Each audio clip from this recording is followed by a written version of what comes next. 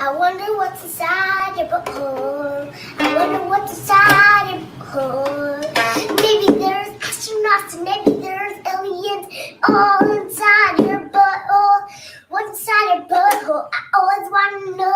What's inside your butthole? I always want to know. What's inside your butthole? What's going on, everybody? Oh man, what's going on, everybody? Welcome to the Spirit Report Podcast. I'm your host, Mr. Spann. This is episode number 294 of the report. And I always want to know what's inside your butthole, man. It's a bop. It's a bop. You should probably cop. As soon as that little girl decides she want to steal that song, man. Real talk, I can see like a rock band. Like trying to like cover that shit. Like, I always want to know what's inside your butthole. I always want to know what's inside your butthole. Like, I can see that. I can see that being a thing, you know? Yo, man, happy Mother's Day to everybody, man. Real talk, happy Mother's Day to all of the mothers out here, you know, who've sacrificed lives and everything to, make sure that their kids have everything that they need and, just bringing up decent individuals, man. Real talk. It's always a little tough time for you, man, Spann over here with the Mother's Day thing, man. But I really do want to just kind of highlight and say, happy Mother's Day, man. I hope you mothers are out there really enjoying your day. And I know with the COVID-19, it makes it really hard for people to kind of celebrate this day in the way in which they really want to. But, just know that you and your man Spann's thoughts and whatnot, man. And we're very appreciative of the mothers who are out here doing the damn thing, especially the mothers who are having to do the damn thing by themselves, man. Real talk. So shout out to you ladies, man. Hopefully this time next year, you get a much more robust Mother's Day celebration, man. Real talk. But, yo, man, like I said, this is episode 294 of the report. And before we get into everything, of course, let me go ahead and get the business out of the way, man. Real talk. Let me first of all, y'all can hit us up at the hotline at area code 313-288-0485. That's area code 313-288-0485. Leave us those voicemail messages. Of course, those messages will get read here live on the show and responded to in kind. And if you're watching us here live on Crowdcast, I'm sorry, not on Crowdcast. We're on Facebook and YouTube broadcasting the show live right now. So if you're watching this live on Facebook and YouTube, go ahead and hit us up on a hotline, area code 313-288-0485. And you can chop it up with your man Spann here while we're doing the show, right? Also, email us here, feedback@thespannreport.com. That's feedback@thespannreport.com. Go ahead, leave us those emails. And of course, those emails will get read here and responded to here live as well. Follow me on Twitter and Instagram. My name on both of those platforms is Mr._Spann. So go ahead, follow me there, chop it up with your man Spann throughout the week. You can also leave us a 5-star review on iTunes and or Stitcher Radio. Those 5-star reviews are the ones that get read here live on the show. We really do appreciate everybody who goes about the business of doing that. Doesn't cost you a dime, just a couple minutes of your time to let everybody know why you're rocking with us over here at the Spann Report Podcast, right? Also, hit us up on our website, man. Go to our website. You can watch replays of the show. You can donate to the show as often as you like, as much as you like. And of course, we really do appreciate every dime over here at the Spann Report Podcast Network and the Spann Report Podcast specifically. And yo, man, shout out to our 5-star, our golden circle here at the Spann Report Podcast Network. The people who donate monthly through Patreon to allow for us to be able to afford to do this shit here live on YouTube and Facebook, and just bring you another aspect of this podcasting thing, right? So we really do appreciate those of you who go about the business of doing that as well, man. Real talk. But yo, man, it's been I want to say like a week since last time I talked to y'all, man, and this is the first week after your man Spann then been back to work. You know what I'm saying? And been back to work and whatnot, man. We kind of slowly, moving into it, man. It's been interesting to say the least. Like to, go back to work and to see like some of the precautions that the company is deciding to take and having us there. And then also how the public, perceives us and like, allowing the motherfucker to come in their house when, you got all this shit going on. And, you run into some special individuals, man. Now we've been seeing stories of people just being like out and out, just fucking just crazy. Like there was a story in Flint, Michigan, where a security guard asked a woman to put a mask on as she entered a Family Dollar, and she felt like she was being disrespected and decided that she would go back to her husband and her son and tell them she was disrespected. And they came back up there and they shot that security guard for just simply asking this lady to wear a mask. There was another story that happened where like this older dude, he was asked to wear a mask and he rubbed his nose on, he took his shirt or took the store clerk's shirt and just rubbed his nose with it, like wiped his nose with her shirt and shit. Like, so like all kind of crazy stuff like that going on. And so like when we were at work, like there was this one dude who didn't appreciate the fact that we were on the block, and our trucks are parked on the street. And he's just like, "Hey man, y'all blocking my driveway, move your shit." And we understand as workers and construction workers that our equipment does take up a lot of space on the street, but there's a way that you talk to people. There's always a way that you talk to people. And my man thought that being that way was gonna get the shit that he wanted in an expedient manner. Now you talking to some dudes who also work who are from the neighborhood, you talking to some dudes who ain't exactly some punk ass bitches, you know what I'm saying? Like, and it's weird that like people react that way, because like I always kind of go back to this, man. Like, it's crazy talking to people crazily like that when you don't know them. And yeah, they may not necessarily know you, but they know where you live. You know what I'm saying? Like, you don't know who you talking to out here. Like, yeah, they may be working this job, but you still don't know who you talking to out here. So it's just been real wild, man. Just kind of seeing how people navigate, that sort of thing, man. But it's, we've been back to work, a week now. We kind of started off slowly, but I think next week we're gonna really kind of ramp shit up, man, and get back to getting to this money, because your man's Spann could use it. Real talk. But yo, man, other than that, yeah, I did hear about Sean Reed. Shout out to Ryan Winters here in the chat room, man. Yeah, we did hear about him. And also, she said you in Naptown, man. I've seen some pictures of what's been going on in Naptown, bro. I've been seeing some, and that's the other part about it too, is like the whole thing about people just not necessarily taking this COVID-19 thing seriously. We were talking about like last week, we were talking about the house parties that happened in Chicago. And I kind of went in on that shit because, truthfully speaking, as much as I am sensitive to the fact that like the narrative around what happens in the inner city can sometimes be skewed and can sometimes be fucked up. There's also this thing where like, yo, we can't necessarily just kind of sugarcoat and wash over and gloss over some of the ignorance that's happening either. It's like two things can be true at the same time. And we're going to actually revisit that theme somewhat on this show quite a bit today. So yeah, man, it's been interesting to say the least, to see how people are dealing with the COVID-19 and the coronavirus, and reopening the states, reopening the economy, I guess, as you could say. But man, that is what it is right now. But I got a couple random thoughts, man. These are some things that I've been thinking about over the course of the week, and I just feel like I would share them with you guys, right? So my first random thought is excuse me. First random thought is I need to ask y'all, what cursive letters have you guys forgotten how to write? Like, dead ass. I'm dead ass asking. Like, what cursive letters have you guys like forgotten how to write? Because, like, truthfully speaking, like, I used to have really, really good penmanship. I used to get like complimented by women and shit about how well I used to write and stuff back when I was writing. You know what I'm saying? Like, before I had access to computers and cell phones with keyboards and shit like that on, I wrote all the time. And I was real particular about my penmanship and shit. And over the course of the time that, cell phones, tablets, computers and stuff have become more and more ingrained into how I communicate, I've, found myself writing in cursive less and less, to the point where I've forgotten how to write shit. Like, ask me to write a capitalized G, can't do it for you, bruh. Ask me to write like a capitalized Z, I don't know what you're talking about. Ask me to write a capitalized Q, I might write a 2 on that motherfucker, because that's what it looked like. You know what I'm saying? It looked like a 2 to me, like, man, but I mean, and I even when I write down, like, because I keep show notes, right? I write show notes and shit down when I'm doing the show, but even when I'm writing this shit, like, yo, this shit is in print. You know what I'm saying? It's in print. So, and it's funny too, right? Because even sometimes when I'm writing in print, you ever have that, you ever had that thing where like you'll mix your print with your cursive? Sometimes I'll do that with like a TH. Like sometimes my THs come off in print and cursive at the same time. It's weird. It's a weird thing, man. He said you can only write in cursive.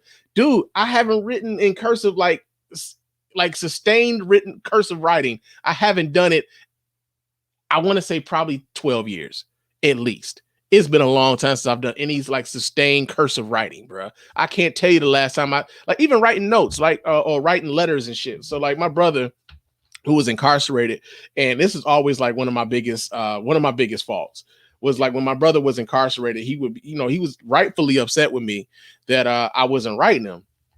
And when it became a thing where I could act, when I found out I could email him, I was, able to kind of communicate with him a bit more because, that was where I had just become comfortable with my communications, was just, putting my thoughts, I could punch it into my phone and boom.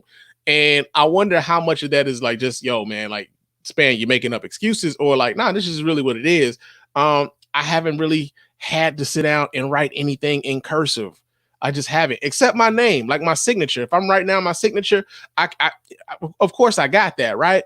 But even my S's, right? And you would think like capitalized S, like my capitalized S does not fucking look like a real capitalized S. My capitalized S has evolved over the years, man. I'm slowly feeling like I'm becoming the doctor when it comes to my signature, bro. Because I'll be looking at that shit like, damn, did I really? Can you read that? And I understand why, like, they be like, yo, sign your name and then like print it underneath there so we can read this shit. Cause yeah, man, like I've been wondering that the last couple of days, man. I'm like, man, am I the only one? And I hate that am I the only one shit, because I know I'm not, right? But I be thinking about that. Like, so that's why I asked, is like, yo, which ones have y'all forgotten? Because I'm assuming that somebody else out here that forgot how to write in cursive, or some of the letters in cursive, because we just simply don't use it as much as we used to anymore, right? So that was one of the things I was thinking about, man. Real talk. Another thing I was thinking about, with the coronavirus and everything going on, we're seeing like a lot of people have birthdays. Some people have had to cancel or reschedule weddings, anniversary trips, or honeymoons and whatnot. People are having to cancel these things, and you're seeing people like apologize for being upset at that, right? And I was thinking about this because I saw a friend, she got married last year. Her and her husband decided that they were going to go on their honeymoon this year. And because of, COVID-19, of course, a lot of the vacation plans for a lot of people have just kind of gone by the wayside, because you just like, yo, man, what the fuck am I really to do when I get there? And there's really nothing for me to do when I get there, right? And one of the reasons why people feel bad about it is because there's always somebody else there to tell you, well, be grateful that you still had it to even go in the first place. Like some people ain't had that. And I understand what those people are trying to do, but at the same time, I'm just almost like, kind of, fuck you. Because there's this thing, man, where like, anytime someone feels bad about anything, they're not even allowed to feel bad for themselves on some shit that they should be allowed to feel bad about. Like, yo, man, I really, or not even just feel bad, disappointed. Like, you can't feel disappointed. Like, yo, I really had my heart set on doing this, and now I can't because of, circumstances beyond my control. And there's always that person that wants to, like, I guess they call themselves putting it into perspective for you. Like someone always has it worse than you. We know someone always has it worse than us. That doesn't mean that I don't have, the fucking, I'm not entitled to feel bad or feel disappointment because this thing I was looking forward to was snatched from me, right? It doesn't mean I don't have, just as much as you're entitled to your opinion, I'm entitled to feel the way I feel about being disappointed about something that I wanted to do and I can't do it, right? I mean, because even for me right now, like me and my wife, we go to New Orleans every year for our anniversary. We got married down in New Orleans. New Orleans is a really fucking special place to me. Like I love going down there, but we had to cancel that. I was looking forward to doing that. You know what I'm saying? But we can't do that now because of COVID-19. And so I just want to tell people who are feeling bad that they can't go any place, that they had to cancel plans and stuff. You're entitled to feel the way that you feel. You're entitled to feel disappointed that you can't go on that trip. You're entitled to feel disappointed that you can't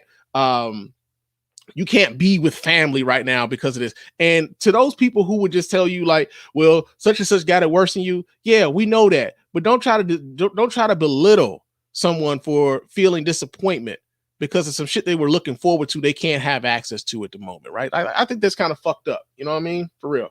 But yeah, that was something I was thinking about this week. Another thing I was thinking about this week, man. Just gonna say it, and this is going to be what it is. Hennessy is trash, y'all. Like Hennessy is just straight up motherfucking trash.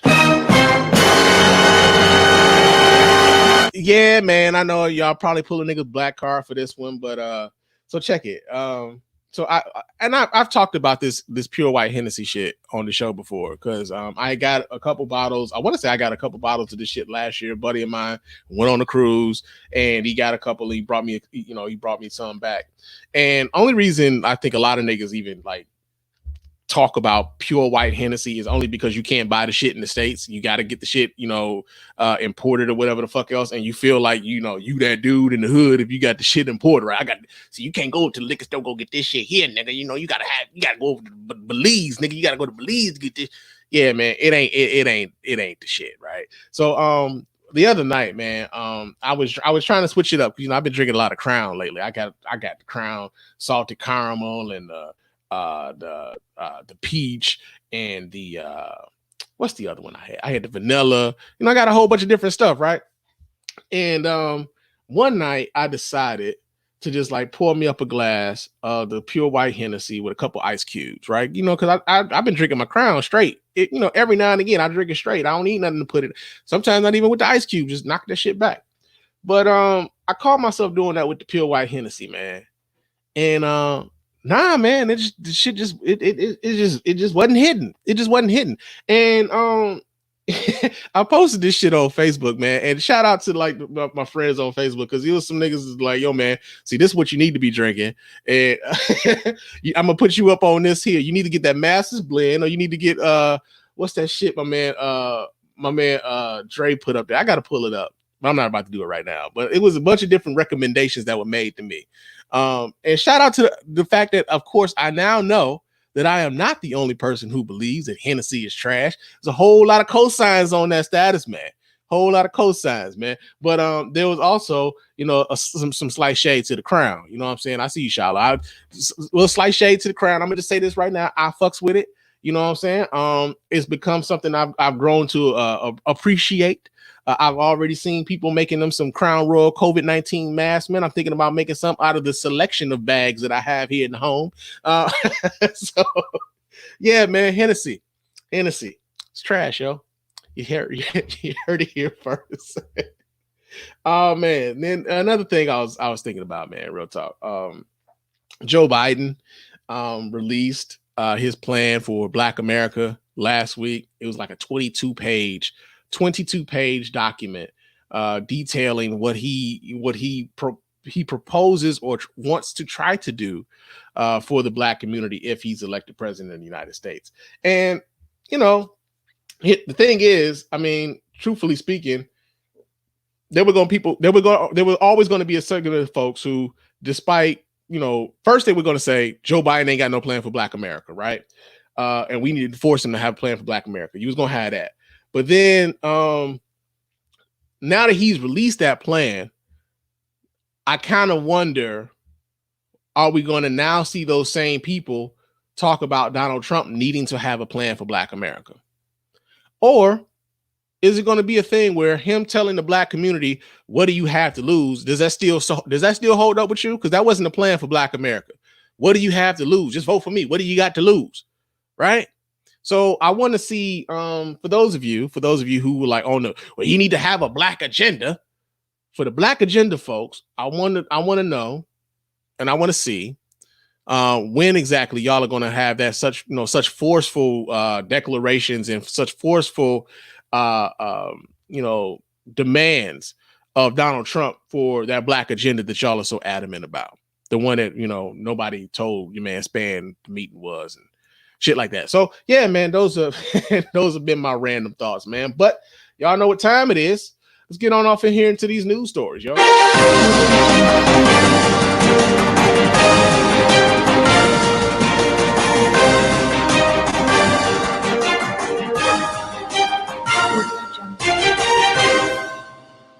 right, our first story here in the on the Spann Report, man, is of course we're going to talk a little bit about Ahmaud Arbery, who was killed in Georgia by two white dudes who had accused him of burglarizing a home in the neighborhood. And, this happened back in February. I want to say he died February 23rd, I believe, and video surfaced of this. Well, apparently the dude who leaked the video of Ahmaud Arbery's killing. He said he released the video only because he thought that video was going to clear the dudes who killed Ahmaud Arbery. All right, we're going to read this story here. This comes out of the dailymail.com. It says a shocking video that showed two white men shooting an unarmed black jogger in Georgia was leaked to the press by the assailant's close friend who believed it would clear them of any crime. Attorney Alan Tucker told Inside Edition Friday that he was responsible for releasing the vision, which showed his pals Gregory and Travis McMichael engaged in a fatal altercation with Ahmaud Arbery in Brunswick on February 23rd. I really thought releasing the video would put the truth out to the public, Tucker stated. If he had just froze and hadn't done anything, then he wouldn't have been shot. However, most viewers have interpreted the footage far differently. After the video was uploaded to the internet Tuesday, it quickly went viral and sparked nationwide outrage. Presumptive Democratic nominee for president said it showed the McMichaels killing Arbery in cold blood. The father and son were subsequently arrested Thursday and have now been charged with murder and aggravated assault. The McWilliams claimed Arbery was a burglary suspect and they trailed him to their pickup truck before trying to make a citizen's arrest. But on Friday, a local police official told CNN that there had been no burglaries in the neighborhood for nearly 2 months before the fatal shooting. Arbery was shot dead on February 23rd. The last death in Brunswick was reported on January 1st when a 9mm pistol was stolen from an unlocked vehicle outside of the McMichaels' home. So, first things first, the idea, so this dude, the idea that some white dudes in a pickup truck, just any old white dudes, like nobody, they not deputized by they have no fucking official authority whatsoever. Two random ass white dudes roll up on you in a pickup truck with guns, and all he had to do was stop. Really? I mean, we all know the outrage that folks rightfully have for this, so I don't want to kind of dwell on that, and I don't want to rehash the story and this, that, and the other. But I'm just more so floored by the audacity of this dude to believe that by releasing this video that it made those two dudes look any better at all. Like, this is the delusion that a lot of these motherfuckers be having. Like, well, if we put the tape out there, then they know. Like, no, motherfucker, you accosted some random dude that was jogging, and of course, there's always the question, like, yo, how many burglary suspects do you see just like jogging in shorts and t-shirts? He's a burglary suspect. It's broad daylight, and you know what? I'm not trying to like get pissed over this. But I'm just more so like just kind of like floored by the idea that he thought that by putting this out was going to make them look any better. The other part about this that I kind of wanted to address though was the thing with the way that the video was shared on social media. It was all over. And I'm at a point where, I saw the video, and then there were, clippets of the video shown on like, your local news and whatnot. But I'm at a point where like, if we hadn't seen the video, there probably wouldn't, there probably the attention to this case probably wouldn't be as prominent as it is, and of course, like the evidence has kind of shown that to be so. Like I've heard about the story since February, but I think that the video is what makes it real. Unfortunately, to a lot of people, that you have to see evidence, and I guess like the whole thing with like seeing the video just kind of lets you know how egregious these white folks were in accosting this dude. But at the same time, I think there's something to be said about like just kind of passing this around, like just for the sake of passing it around, like, hey, come look at this, or to be the first person that to pass this sort of shit around. Like it's something about it that I kind of struggle with whether or not do we need to see the video, and should we share it in the ways in which we do. Is I don't really know which way. I don't know which way to go with that. Like, I don't know if it's wrong to do so, because truthfully speaking, it caught a lot of people's attention seeing said video. And, it like seeing that video activated a lot of folks. It made people upset, and it forced, the powers that be in Georgia to actually address this in a substantial way, where they had to, when they weren't really previously planning to, arrest the McMichaels for the killing of Ahmaud Arbery. Now, the other part about this is that that it took that for you to see that before they decided to do anything. Now, they've had a grand jury convene, and they charged these dudes with murder. And I saw a lot, of course, we want justice to be, meted out, and we feel like, Ahmaud Arbery was wrongfully killed and everything. But here's the thing, though, and I want us to be careful in optimism concerning this. And the reason why I said I wanted us to be careful with the optimism concerning them doing this is because we've seen this movie before. I see a lot of parallels with the Trayvon Martin case, where George Zimmerman was able to kind of get off because one, you already had a reluctant prosecuting attorney who didn't necessarily want to prosecute the case in the first place. We got similar things happening here. It took them months to decide whether or not they were going to actually arrest George Zimmerman. Same thing is happening here. When they finally did charge and arrest George Zimmerman, they gave him a murder charge, I believe it was. And the same thing is happening here with the McMichaels. And I low key kind of feel like we're being set up for a massive disappointment. Now, I hope I'm wrong in that.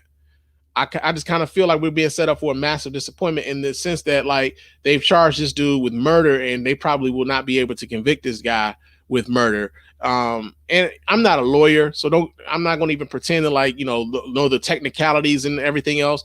But I'm just kind of leery because we've seen where they've charged these dudes. Someone got charged for the murder, or they got charged for the killing, and then nothing comes of it. No one, they get acquitted, or they get a slap on the wrist, like what happened with the young man that got killed in Texas by the police officer. I'm drawing a blank as to what their name is right now, but I know everybody was mad at the family for hugging the police officer and everything. Oh my God, I hate that I'm drawing a blank on their name. But yeah, man, I just want us to be careful, with the optimism when it comes to this. We know that the system isn't necessarily set up to benefit us in a certain way. We know that they have gone out of their way to kind of kick this down, or, put it up under the rug and everything. I just want us to be, I don't want to get too worked up. I'm trying not to get too worked up about this because I feel like this is a setup for another disappointment. I hope I'm wrong. But I kind of feel like it's a setup for another disappointment, man. Real talk. Now, another story that we got here in the news, man, is that here in Michigan, of course, you guys know we've been having these, they've been having, protest for the stay-at-home orders that Governor Gretchen Whitmer has been, putting in place here in the state. And she just extended that stay-at-home order until the end of this month. So the 28th of this month is when the stay-at-home order is supposed to end. Well, at those protests, there were legislators at the state capitol who were wearing bulletproof vests because they were afraid, as the protesters were let in onto the legislative floor carrying rifles, right? So in response to that, a group of brothers have decided that they were going to escort one of the legislators. They escorted her to the Capitol while bearing arms. So we're going to pull this story up. This comes out of fox2detroit.com. Let me go ahead and pull this video up so you guys can watch right along with your man Spann. Let me do this here. Here we go. Let's check this out. As that state rep, a Democrat from Lansing, says she did not know initially that the group was going to be armed, and that she did not reach out to them for protection, but they reached out to her, and she's thankful for it. She says she doesn't scare easy, but she's never felt more fear than when she did last week during that protest. For individuals to be coming towards you on your way into work,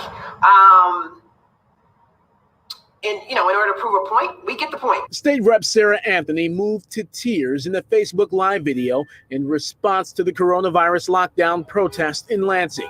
It was enough to prompt her constituents to take action, providing Anthony with an armed escort into the Capitol. So she told me plainly that I'm not for or against it, but I would never tell a brother that wants to stand and protect not to do that. Michael Lynn Jr. was one of 6 people to pull security for Anthony Wednesday, nearly a week after the last protest against Governor Whitmer's stay-at-home order. Demonstrators brought rifles and handguns inside the Capitol, which is legal. Whitmer says a few displayed Confederate flags, nooses, and a swastika outside of it. We can't allow this just to be. You know, when we elevate somebody from our neighborhoods up to a level to go into this Capitol and speak on our behalf and make laws on our behalf, we're not going to allow white supremacy to intimidate them to where they feel that they can't go in here and speak for us. Lynn and company walked with Anthony from the Anderson House building into the Capitol. All of it caught on camera. The armed trek was uneventful and unimpeded by authorities, somewhat similar to last week's protest, but by design. We understand we can't go in there with a bunch of weapons and be loud and boisterous and barbaric in these police face. They would treat us definitely differently than they treated them. But what part can we do? So let's talk about that. We can walk into the Capitol with arms, just like everybody else can. We can protest armed if we want to, just like everybody else can. I have enough faith in our people, Black and brown communities, that we understand how to handle ourselves and how to walk circumspectly. For many, the armed lockdown protests, in which the vast majority of demonstrators were white, struck a nerve. I dare say if Randy Wimberly and Wendell Anthony came up to the state capitol strapped to the hilt, that you and I would not be treated with such grace and such tolerance as they were treated in this instance. Reverend Wendell Anthony of the Detroit NAACP was far from alone in that sentiment. Many Black Michiganders expressed the same view on social media. It's one Lynn wants to change. I feel like every time I hear somebody say that, a Black person say that, especially a brown person say that, there's a room full of white supremacists that are saying, absolutely, you better not think about doing that. We're creating and we're keeping the narrative going that somebody has put in our minds and fed us for so long that we got to stop that. All right. So, yeah, man, first of all, kudos to that brother, and kudos to all of the people who were involved in escorting that sister to the state capitol. So I'm conflicted on this too, right? Because I understand this brother's point, and this is a thing that I've talked about here on the show, especially when we were talking about those protests that were happening in Lansing. That had it been me with my AR-15 walking up the street, chances are I wouldn't be met with the same level of understanding by the law enforcement if I was under the same, if I was doing the same thing, right? And I understand the brother's point with saying like, yeah, there are like white supremacists who are in these chat rooms and they like, yeah, you bet not do this, that, and the other. I get that, but at the same time, I'm also realistic in the fact that I'm not afforded the same level of understanding on the law when it comes to my ownership of said weapons, right? Like, because you guys know I own firearms. I own an AR-15, so, but there is a double standard in how that law and how that right is applied to me. Just like I've talked about that at length, that arrest that happened to me in Chicago. I've talked about it, not even just that arrest, but I remember around the time when I first got my gun license and how often I would get pulled over by police officers just to see if I would identify myself as a gun owner and whether or not I would tell them the firearm was in the ride with me. Like, that used to happen all the time around the time when I first got my gun license. It doesn't really happen much anymore. Now I get pulled over for like tents on my car or some shit like that. But very seldom am I getting pulled over about my license. Maybe it's because I've had it for a while now. I'm not sure.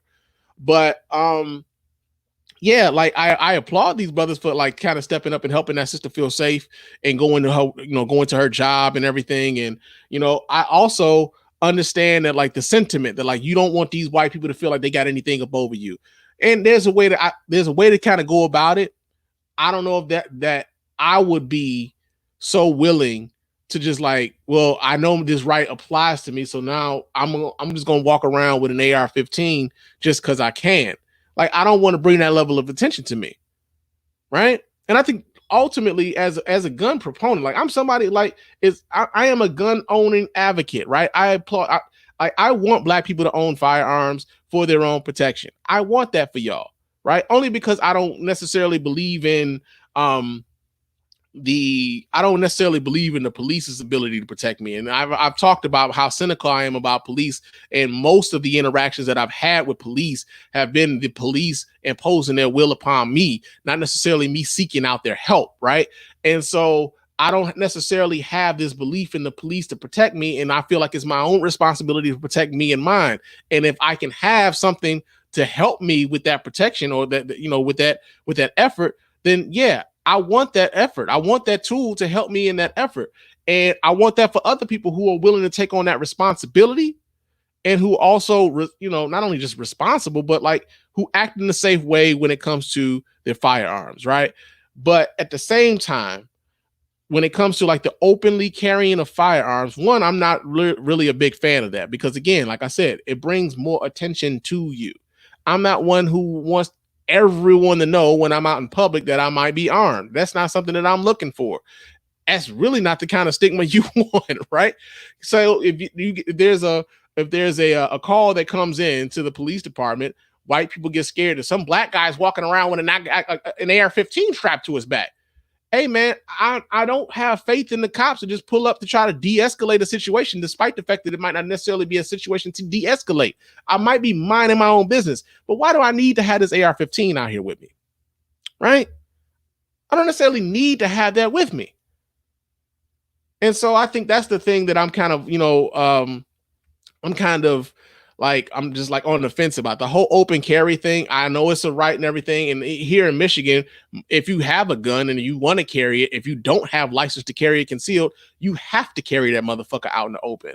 But then I'm just like, oh, so go about the business of getting your shit to where you can carry it concealed and not bring that much attention to yourself. Because every time I see somebody who has a gun out and they don't have, if they have a gun and they have it out, I don't get afraid. Like, I know some people get afraid. I'm not afraid. I just kind of roll my eyes because I'm like, yo, man, what the fuck are you doing?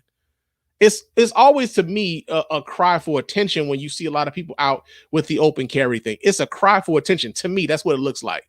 And so, like I said, again, I applaud this brother for helping this woman get to work and helping her, you know, feel safe, and also putting an alternative to the message of, you know, white people being able to carry firearms and this, that, and other. And we know that there are Black people who own firearms who are able to, you know, to do some of the same things that their white counterparts are, and for very different reasons. But yo, man, like I said, kudos to that brother. But I still, on the whole idea of open carry of, you know, larger firearms, I'm just not a fan, man. I'm just gonna put it out there. I'm just not a fan. But yo, man, real talk, that's in the news. Now, another story here that's in the news, man. We got this one. This is coming out. Let me pull this up. This is also coming out of Fox, because apparently there was a woman who decided that the law did not apply to her down in Texas, and she decided that she was gonna open up her goddamn salon, despite the fact that the judge told her not to. And that'll be a monkey's bare-assed uncle. So this lady's name is what's her name? Shelly Luther. That's her name. Shelly Luther. We talked about her, I want to say a couple weeks ago. She decided that she was going to reopen her salon, despite the fact that there was a stay-at-home order in place, and that the salons were not permitted to open back up before, you know, the stay-at-home orders were lifted. She decided she was going to open it back up. Now, I believe, I'm not sure if her shop was the shop that had like the armed dude standing out front of her shop or whatever, but she went before a judge and she got 7 days in jail because she decided that she was going to defy the county-wide restrictions on salons opening up.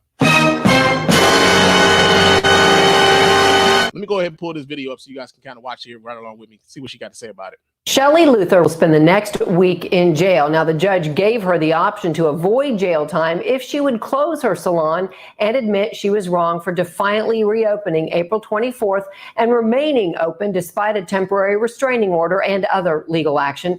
She refused and also has to pay a $7,000 fine. Fox 4's Allison Harris has the story. Allison. Stephen, Heather, more than 1 million Texans have filed for unemployment. This salon owner fought back, defying state and local orders to reopen. The judge today gave her a way out, but she didn't take it. I'm one of those Open Texas moderators. As Open Texas protesters stood their ground outside, inside the Dallas courtroom. Counsel, excuse me. There's a remedy of $500 to 6 months. You will not speak over me.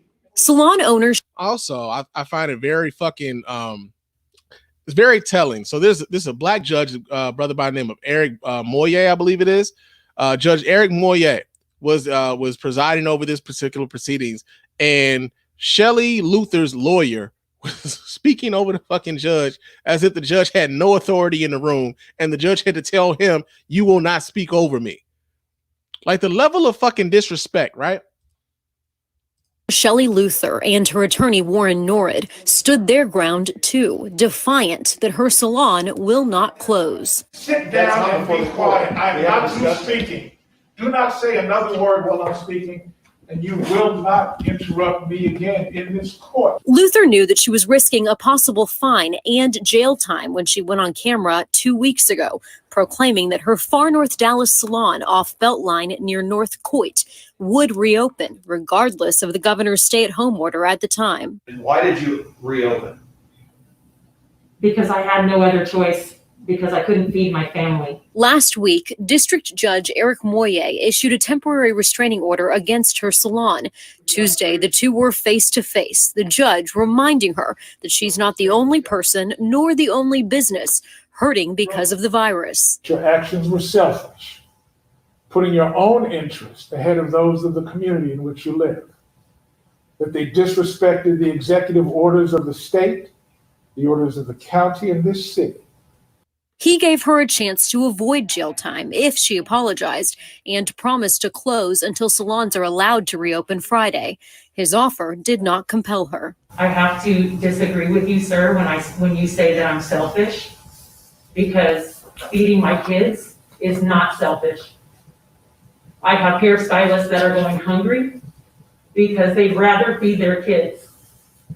So, sir, if you think the law is more important than kids getting fed, then please go ahead with your decision, but I'm not going to shut the salon. Okay. Now, here's the thing. And I've said this many a time. Anytime somebody wants to get around a rule, anytime someone wants to violate a law, anytime someone wants to be bigoted in some sort of way, it's always about the kids. You know, like, because who would be against children?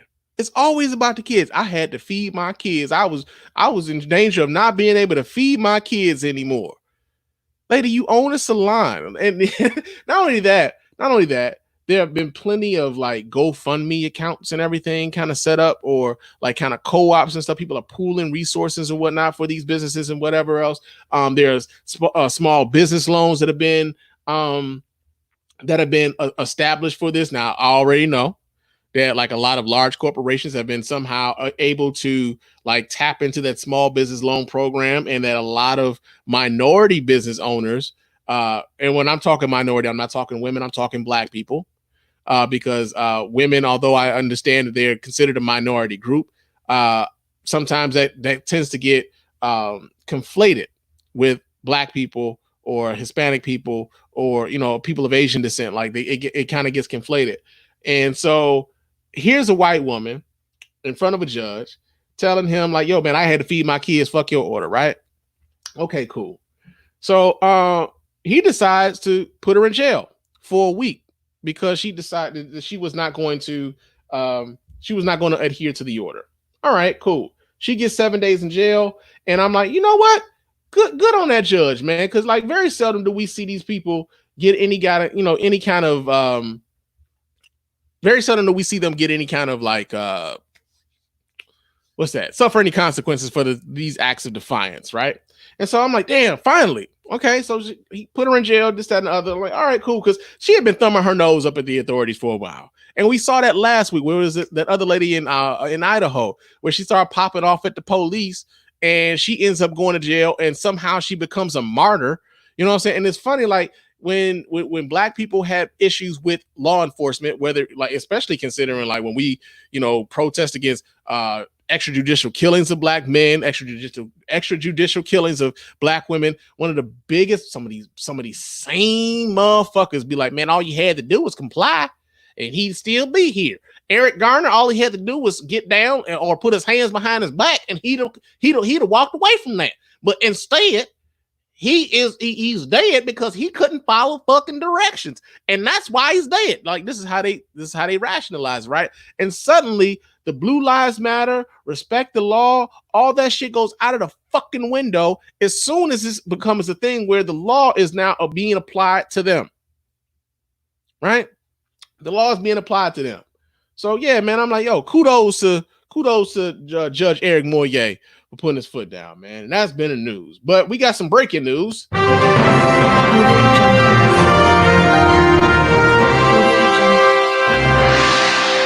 Well, breaking news is her ass done got the fuck up out of jail after 2 days. So we get this story here. This comes out of the Daily Mail. It says that the Texas Supreme Court has ordered the release of a Dallas salon owner who refused to close her store during the coronavirus pandemic just 2 days after the judge jailed her. Shelley Luther, the owner of a salon a la mode in Dallas, was sentenced to 7 days in jail on Tuesday for refusing to shut down her business in accordance with the stay-at-home orders. Luther, who is currently serving her sentence, is in isolation and protective custody at the Lou Sterrett Justice Center in Dallas, will be released Thursday afternoon after the Supreme Court waded into the controversial matter. This comes after a number of senior state officials, including Texas Governor Greg Abbott and Texas Attorney General Ken Paxton, condemned the judge's decision to imprison her. So, dig this. The governor, the lieutenant governor, and the Supreme Court of the state of Texas intervened on this lady's behalf. It said the Governor Abbott amended his executive order Thursday morning, removing the possibility for citizens to be imprisoned for violating stay-at-home orders. The governor slammed the judge's decision to imprison her and called for the salon owner's release. Throwing Texans in jail who have had their businesses shut down through no fault of their own is nonsensical, and I will not allow it to happen, he said Wednesday. Texas Attorney General Ken Paxton also blasted the initial ruling and praised the Supreme Court's intervention Thursday. The Texas Supreme Court correctly addressed Ms. Luther's excessive punishment and unnecessary jailing. No Texan should face imprisonment for peacefully resisting an order that temporarily closed a lawful business and drastically limited her ability to provide for their family through no fault of their own. State District Judge Eric Moye sentenced Luther Tuesday to 7 days behind bars and handed her a fine of $7,000, $500 for each day she opened her business doors after she repeatedly defied stay-at-home order restrictions and court orders to shutter her business amid the pandemic. So the interesting thing about this is how they're framing it. Hey, he didn't have to put her in jail. It's unfathomable that he would put this lady in jail for opening up her business or her business being closed because it was through no fault of her own. Like, hey, man, he gave her an out. He gave her an out. She didn't have to go to jail. She chose to go to jail. Now, why would she choose to go to jail? Well, there's this thing called GoFundMe. Remember that GoFundMe I referred to earlier? There was a thing called GoFundMe. This woman had a GoFundMe account raised up in her for her cause. And at the last time I saw the motherfucker, they had over $290,000 in that bitch. Now think about this. So she had a fine of $7,000. There was a fine of $7,000. Of course, that GoFundMe account will probably pay for that $7,000 fine that she had. But also, there's this thing, and I want people to understand this, man. I'm going to talk about this a lot. A lot of this shit, there's a lot of concerted efforts. There are a lot of coordinated things happening across America right now, especially on the right-wing side of things. There are a lot of coordinated efforts on, one, attacking those who are opponents of Donald Trump, and two, attacking the the perceived enemies of Donald Trump. All of this kind of ties into that, because if you want to, we keep it at a buck. There are states, Republican leaning mostly, that have been always resistant to the idea of shutting their states down because they were more worried about their economy than they were about the people who actually live in said states, right? It's like how you get Governor Kemp down in Georgia, who decides he's going to reopen the state of Georgia after only like maybe a week and a half of the state being like shut down, and like the coronavirus cases in the state of Georgia start spiking, and then he gets thrown under the bus by the Trump administration. Like, well, I don't know if we really should be opening that state right now. You know what I'm saying?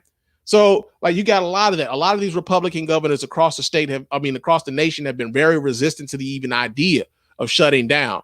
And then at the first opportunity they get, they're going to open this shit right back up because it's about the economy, not necessarily about the people that it's going to affect. Right now, they're already on some shit like, well, you know, a lot of people are going to just have to die, you know? Like, yeah, we can open an economy. I mean, we may have 600,000, 500,000 people may die, but, you know, do we really, this is the sacrifices they're going to make so that America can continue to prosper, right? Lieutenant Governor in the state of Texas was the one who we talked about this a couple of weeks ago, who was talking about nobody came to talk to him about sacrificing. You know, like I'm of the age where like we should be able to sacrifice our lives for the economy, and basically enlisting all of us in this war against this war to save the economy against this virus. When really, like, I'm old enough to remember when the idea of the most vulnerable of us being considered what's it, expendable. I'm old enough to remember a time when the older people in our community being considered expendable was anathema to the Republican Party at a certain point. But those of you who are old enough to remember around 2008 to 2010, when they were trying to pass the Affordable Care Act, Obamacare, they were real adamant about the idea that like, yo, Obama was going to have death panels included in the Affordable Care Act, and the death panels were going to be deciding who's going to live and who's going to die. They're going to kill grandma off. And now these same Republicans are out here saying, well, shit, grandma just might have to die. I need this check.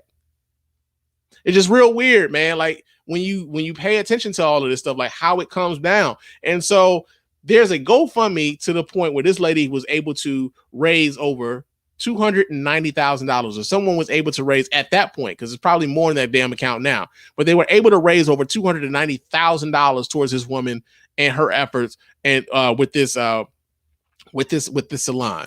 Trust and believe, this shit is coordinated. None of these protests are organic. All of this is being manufactured in AstroTurf. Dead ass. Like all you got to do is follow the money, follow the Facebook groups and who created these Facebook groups and who they're attached to. It's kind of crazy, man. And they are made to look like they're grassroots efforts, but they're not. So, yeah, man, that has been our news.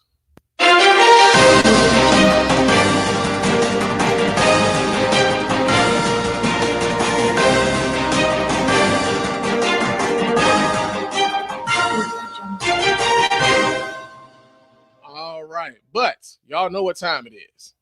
What in blue blazes is going on out here? This nigga just say blue blazes. All right, and our blue blazes this week is actually sponsored, y'all. We got a sponsor for the blue blazes segment. Matter of fact, let me go ahead and pull up our sponsor, man, because I couldn't believe it either. But here we go. Y'all. Time of bereavement, there are three things that's important to every family. That's service, professionalism, and cost.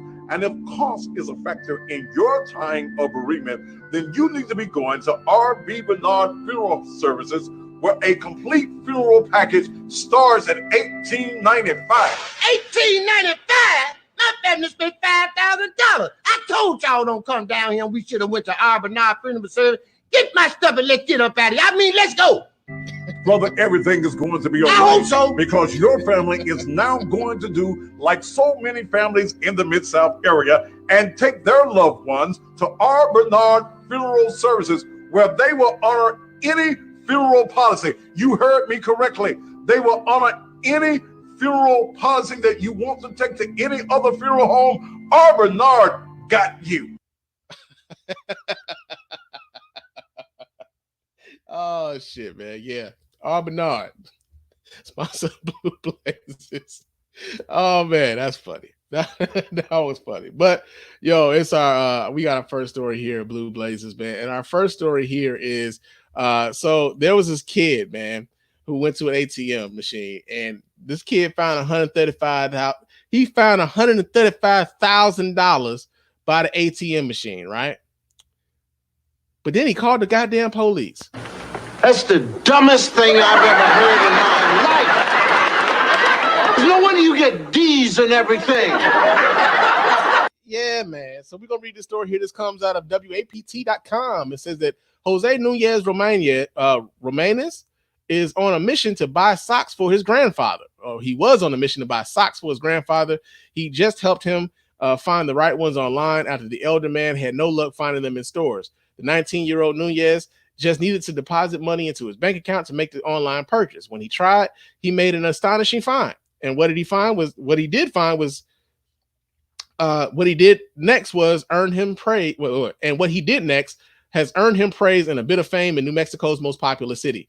Nunez drove to an ATM outside a Wells Fargo bank branch Sunday morning, just 2 minutes from his Albuquerque home, to make his deposit. As he pulled his truck alongside the machine, he spotted a clear plastic bag on the ground. It was a foot-long sack of $50 and $20 bills, he said.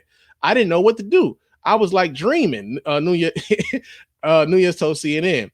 I was just in shock. I was looking at myself and just thinking, what should I do? Nunez said he has never considered keeping the cash, but all sorts of wild thoughts raced through his mind. Was this some kind of trick? Was someone going to pull up behind him and kidnap him? Nunez called Albuquerque police. 2 officers arrived and the teenager handed over the money. The officers counted the cash back at their station. It totaled $135,000.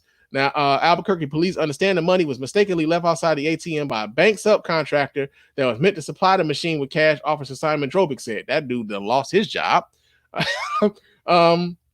It says this money could have made an incredible amount of difference in his life if he went down the other path, but he chose the integrity path and did the right thing. Drobick, a spokesman for the Albuquerque police, said. So I'm gonna just say this right now. This is why I don't be receiving these kind of blessings.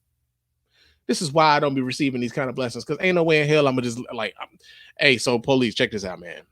I seen $135,000 next to this ATM, and I don't know what to do. Man, listen, I'd have been at the nearest motherfucking bank. Well, you know what? Yeah, I'd have been he was at the bank, right? Nah, man, I'd have been making a deposit slowly over the course of some time. I'd have been paying down some debt. And this is why I don't get shit like this, man. It ain't gonna happen for your boy. Ain't no way in hell I'm leaving that $135,000 on the ground, and it sure as hell ain't about to call the police about it.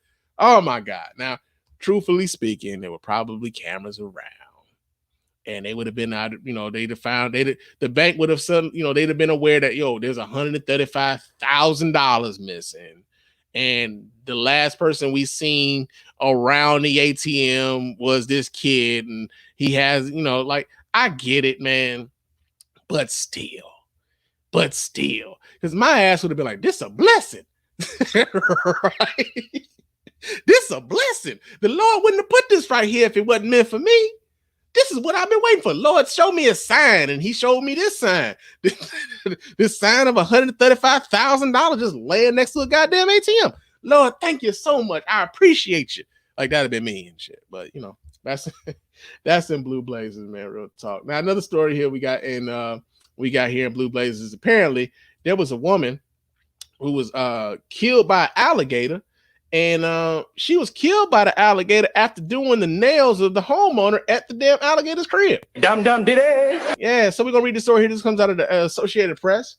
It says, after briefly getting away from the alligator Friday, the woman stood in waist-deep water in the Kauai Island pond and said, I guess I won't do this again. I kill everybody up in this motherfucker, said the alligator. But the alligator grabbed her in its jaws again and took her under, according to the supplemental police report released Tuesday. Cynthia Covert, 58, died of drowning before Charleston County deputies and firefighters were able to shoot and kill the alligator and use poles to get her out of the pond, authorities said. Now, why y'all had to shoot and kill the gator? He was doing what gators do, bruh. She was in his domain. Like, that's like you coming to my house uninvited, right? You come to my house uninvited.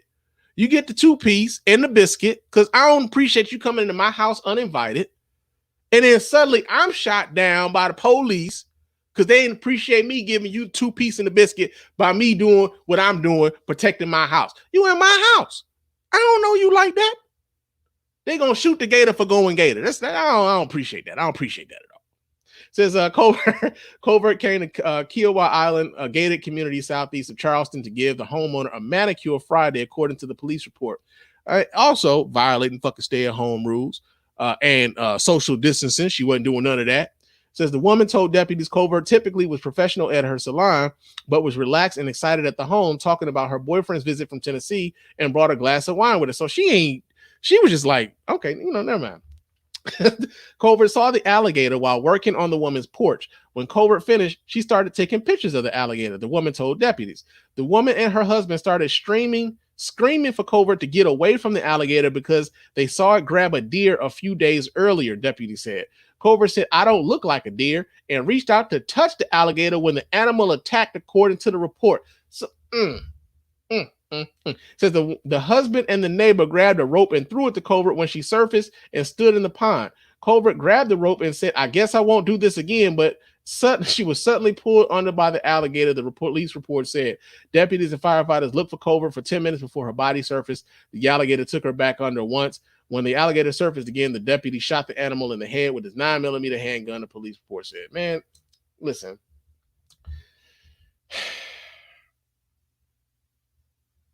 That's fucked up. I mean, truly it is to go out in that way. But yeah, man, I don't know how bad I'm supposed to feel about this one. I mean, I really don't know how bad I'm supposed to feel about this one. Like, not at all. Yeah, not at all. I ain't really all that fuck with it all. This just is what it is. But yo, I'm sorry, man. But that's in Blue Places. Now, another story that we got here in Blue Places, man. This shit had Black Twitter all like this shit was all over the place, right? So, NFL player decided he was gonna cheat on his wife. And what he really did not know, was that his wife was gonna find out. And that when his wife found out, it was gonna be some smoke in the city. So Earl Thomas was held at gunpoint by his wife in a violent standoff after she found him involved with another woman. And check this out, not only was he with his woman, or another woman, but his brother was with the shits too. So we're gonna read this story here. This comes out of TMZ.com. It says NFL star Earl Thomas is lucky to be alive after cops say his wife held a loaded gun less than a foot from his head after she allegedly caught him cheating with another woman. It's all spelled out in court documents obtained by TMZ Sports, detailing a violent April 13th altercation involving the Baltimore Ravens player and Nina Thomas and several other people. The Austin Police Department responded to a home in the Austin, Texas area around 3:41 a.m. after getting a call about a disturbance.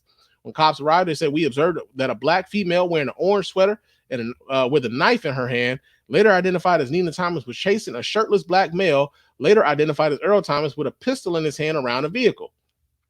Cops drew their weapons and ordered both Nina and Earl to the ground, and they complied without incident. That's when the investigation began, and things got wild. Here's Nina's story. According to the court docs. Nina claims Earl left their home earlier in the day after an argument over the NFL players drinking. She claims Earl's brother, Seth Thomas, picked him up. But a short time later, she decided to check on his whereabouts by logging into his Snapchat account. And that's when she says she found video of Earl with another woman. Damn, you could do that on Snapchat? See, I ain't with the snappity snaps, man. I never really got with the snappity snaps. Not that I really got to worry about this kind of shit here, but yeah, man, the snappity snaps that you stalk a motherfucker that way. I thought it was all about privacy with the snappity snaps, man.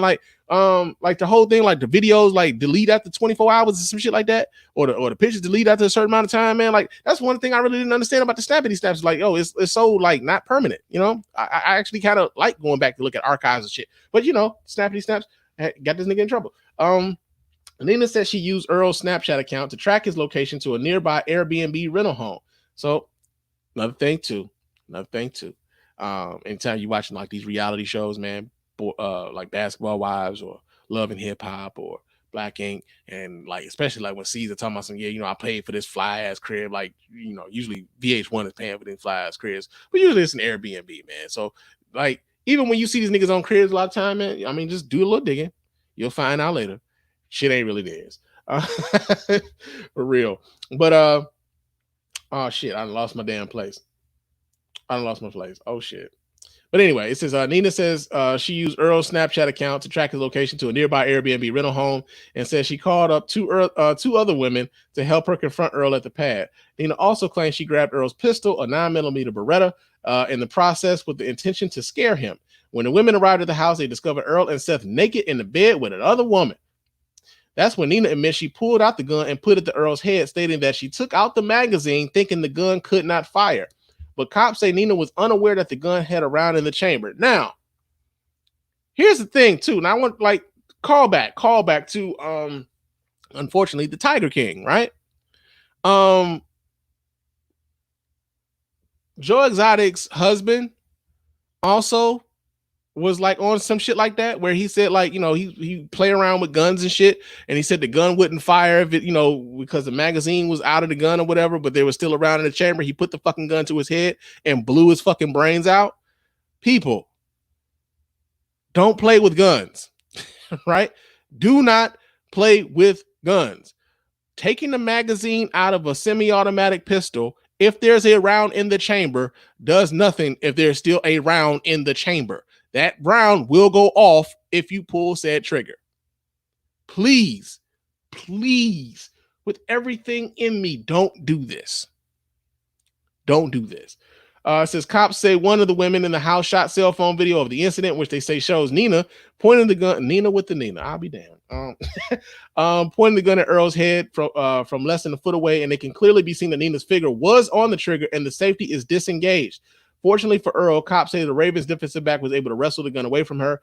Cops say the cell phone video shows Nina striking Earl in the nose before it ends. So, yeah, man, check this out, man. It's cheaper to keep it, as my grandfather used to say, man. It's cheaper to keep her. You might want to walk away from love on this particular incident, man. This, if you got to do all that, man, it might be time for y'all to just go ahead and hang it up, right? If the relationship is to a point where y'all pulling firearms and your lady feel like she got to come with the girls with firearms and knives and shit, if you got to be out here cheating with your brother with some other women or whatever, man, just go ahead and just call it a wrap, man. Just go ahead and wash your hands, get that divorce or whatever else, man. Stop with the extra, with the shenanigans. It's funny too, because my Earl Thomas is on Twitter.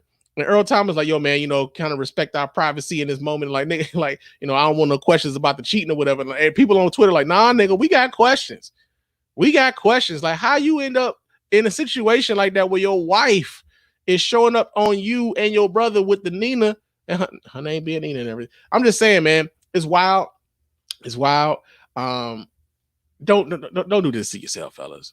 Don't do this to yourselves, man. Real talk.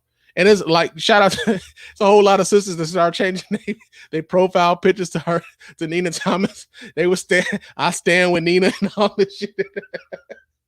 I'm saying, man, I get it. My man didn't have to move in the way in which he was moving, but yo, man, that's in Blue Blazers, man. Real talk. Now, another story that we got here in Blue Blazers, man. Seems that the love affair between Love and Hip Hop Hollywood stars Ray J and Princess Love, that shit is no more. Because right now, Princess Love is filed for divorce from Ray J, man. Princess Love is filed for divorce. So we're going to read the story here. This comes again out of TMZ. It says that Princess Love is officially waving the white flag on her marriage with Ray J because she just filed for divorce after nearly 4 years of marriage. Love and Hip Hop star filed divorce docs Tuesday in Los Angeles County Superior Court. It is not a total surprise because they were already living separately after tons of relationship drama. Ray J and Princess tied the knot way back in 2016, but last year the marriage nearly imploded and they got into a blowout fight in Las Vegas. Princess and Ray have two minor children together, son Epic and daughter Melody. We reached out to both reps for Ray and Princess, no word back so far. So I'm gonna just say this, man. I know sometimes reality TV, there's some reality to it, right? Sometimes there's just that cynical part of you, boy, where this gonna be some fly ass content for the show, though. Right?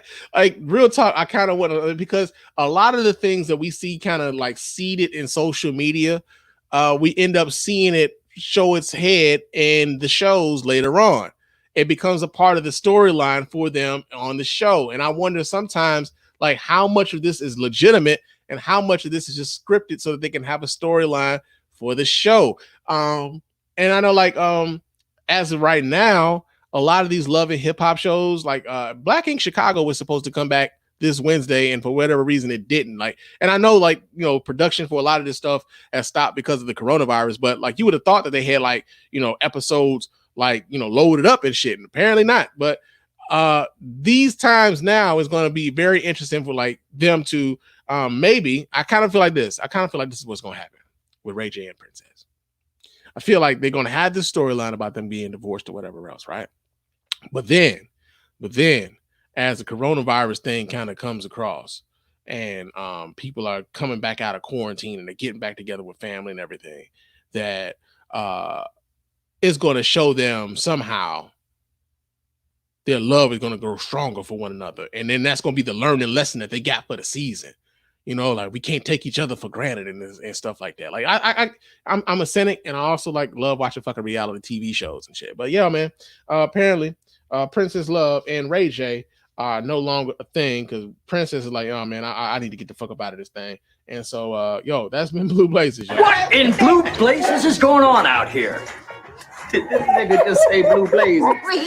All right, but y'all know what time it is. That I'm proud to be an American, where at least I know I'm free. All right, enough of that shit. It's Proud to be an American time here at the Spann Report podcast. And our first story here in Proud to be an American has to do with the Obamas, man. Michelle Obama had folks all up in like hot and bothered this week, man. And I kind of question why they were all hot and bothered, but we're going to talk about it. We're going to read this clip here. We're going to read this article here. This comes out of the Daily Beast. It says that Michelle Obama is mad at our folks, not Trump voters. That's my trauma. And on the article, it says that the season premiere of the CBS All Access drama, The Good Fight, imagines a world in which the Trump was never elected. Excuse me. That all the badness of the last 4 years were merely a bad dream suffered by a liberal Chicago lawyer, Diane Lockhart, played by Christine Baranski. This ties into the new Michelle Obama documentary, I Swear, Just Hang in There. Relieved to wake up in a present day in which Hillary Clinton is in charge and Donald Trump is nothing more than the head of a propaganda cable news channel, she recounts the litany of atrocities the nation endured in her fictional nightmare MAGA scenario. After she finishes, her bewildered colleague asks, and where were the Obamas in all this? In a brilliant, cutting deadpan, Lockhart announces they have an overall deal with Netflix. Okay. It's true that the former president and first lady haven't been the outwardly public and outwardly angry figures some expected or wanted them to be in the resistance years following Trump's 2016 election. That Netflix deal referenced and scrutinized The Good Fight may be among their most visible public-facing contributions, developing and releasing socio-political documentaries like American Factory and Crip Camp under their Higher Ground production banner. Now, check this out, man. For those of you, raise your hand if you thought Crip Camp was like something that had to do with like the Crip gang in LA when you first saw the name. Like, real talk. I know I ain't the only one. I'm like, Crip Camp, and then you seen it was like, you know, for folks who were dealing with disabilities and shit. But like that name just like threw a nigga all the way off. This is the release of Becoming this Wednesday, centered around Michelle Obama's event book tour and conversation series in support of her best-selling memoir, should garner its fair amount of curious eyeballs, whether from those craving the nostalgic solace of 90 minutes spent back in the world of Obama's, or those parsing it for messaging or criticism of the Trump administration and the current powder keg cultural climate. While traveling the country and taking the temperature of how citizens or at least her supporters feel about things, the energy out there is much better than what we see. I wish people didn't feel badly because this country is good. People are good. People are decent. She grapples with her role going forward and guiding a way through it. Wait a minute. Where is the shit? Okay, so it says, as the first black first lady, she considers how her experience in the White House and the expectations put on her then influenced the public role she chose to live now. The crux of all of it is that her life was taken from her and her 8 years of service, which she was proud and is the greatest joy of her career. But now that her life is a semblance of her own again, what does she do with it? Every gesture you make, every blink of an eye is analyzed, she said of her time in the White House. You have the world watching every move you make. Your life isn't yours anymore. The whole idea of doing the tour is about being able to have the time to actually reflect, to figure out just what happened to me. It's the panic moment of this. It's the panic moment of this is totally me unplugged for the first time in a long time. In moments, private and public, during stage interviews with the likes of Gayle King, Stephen Colbert, and Reese Witherspoon, she grapples with much of what we are all grappling with as a country. What is it she wants to become? The remarkable, and some might argue the disappointing thing about becoming, is that the headlines are too few and far in between. While Trump is casually referenced from the first minutes in the mood of the country scores the film's entire conversation, it's not until roughly 2/3 through the film that she addresses her negative feelings about his 2016 victory directly. Twice she talks about how painful it is to her that Black voters didn't turn out to vote for Hillary Clinton, calling the decision not to vote more painful to her than those who voted for Trump. Okay. It says, it takes some energy to go high, and we were exhausted from it. Because when you are the first Black anything, she said, referencing anecdotes from her Becoming book. So the day I left the White House, and I write about how painful it was to sit at the inauguration stage, a lot of our folks didn't vote. It was almost like a slap in the face. I understand that people who voted for Trump, she continued, the people who didn't vote at all, the young people, the women, that's when you think, man, people think this is a game. It wasn't just this election. Every midterm, every time Barack didn't get the Congress he needed, that was because our folks didn't show up. After all that work, they just couldn't be bothered to vote at all. That's my trauma. Okay. So we took the circuitous, the circuitous route, the scenic route, I would say. We took the scenic route to get to this point. Okay. So what she actually said didn't actually reference Black people at all. In fact, it seemed to me like whoever wrote this article interjected that she meant Black people when she specifically said that she was talking about young people, she was talking about women. And truthfully speaking, if we're going to interject what she may have been talking about or who she could have been referencing, I would assume she was talking about coalition voters, right? Black coalition or Democratic coalition voters who did not turn out in the ways in which they did when Barack was on the ballot, right? So I saw very respected people be upset with Michelle Obama this week because they assumed that Michelle Obama was on some respectability shit, or that Michelle Obama was wagging her finger at Black voters and blaming Black voters for why we have Donald Trump today, right? And so one of the things that I think is very interesting, and one of the things that I want us to take into account, because I talk about voter suppression all the time on this show. I leave a link to a voter registration app on every episode. Every episode of the Spann Report podcast has a link to where you can go vote or try to register to vote through via that app on the Spann Report. Like every time I post a new episode, that's on there, right?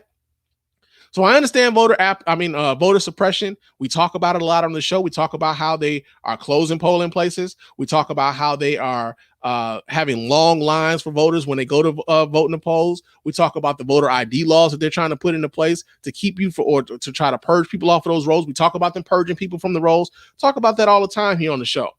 And so what I saw was a lot of people coming out and mad that she was coming down, or apparently coming down, on Black voters for, their role in the election.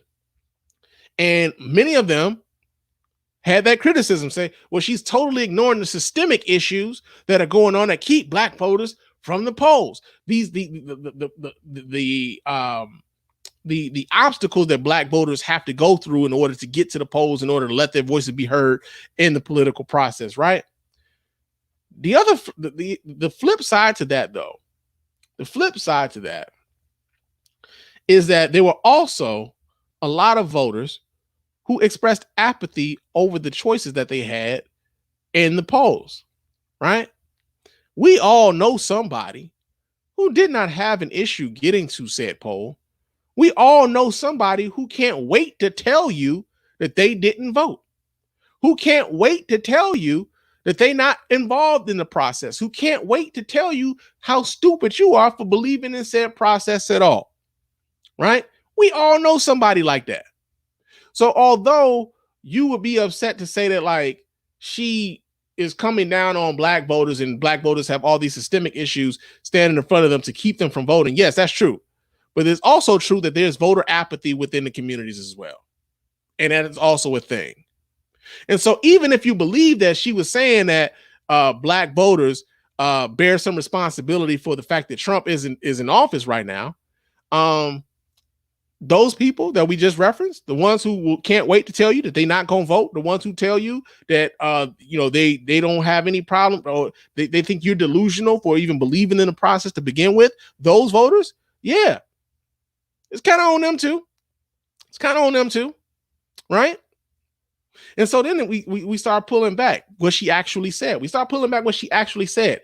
And she talked about every midterm, every time Barack didn't get the Congress he needed, that was because our folks didn't show up. Newsflash, y'all, 2010, the Congress flipped from being a democratically controlled Congress to a Republican-filled Congress, and the Republican Congress was aimed at blocking all of the legislation that Barack Obama wanted to pull forth, right? So if you want to talk about how much Barack Obama did or how much Barack Obama didn't do for those of you who are talking about he didn't do enough for the black community or he didn't have a black agenda, think about the fact that you didn't take your ass to the polls in enough numbers to secure a legislation or a legislature that could support the agenda that he wanted to put forth, right? Think about that for a second. Because they were like when we talk about young voters, right? And this is the same thing we talk about with Bernie Sanders and whatnot. Young voters are highly unreliable. Young voters came out in droves in 2008 to vote for Barack Obama, right? It was a historical moment, man. Everybody wanted to be a part of that. Everybody wanted to be able to say, a lot of young voters in particular, because, trends are a thing. Trendy shit is a thing with younger voters or young people in particular. But to be able to say like, yo, I voted for the first black president of the United States. You wanted to be able to say that. You want to be able to go to like your grandkids, like, yeah, the first black president. Yeah, I voted for him. That's going to be interesting because there's going to be a lot of niggas that's lying. You know what I'm talking about? Yeah, I voted for Barack Obama, knowing goddamn well they didn't. Right.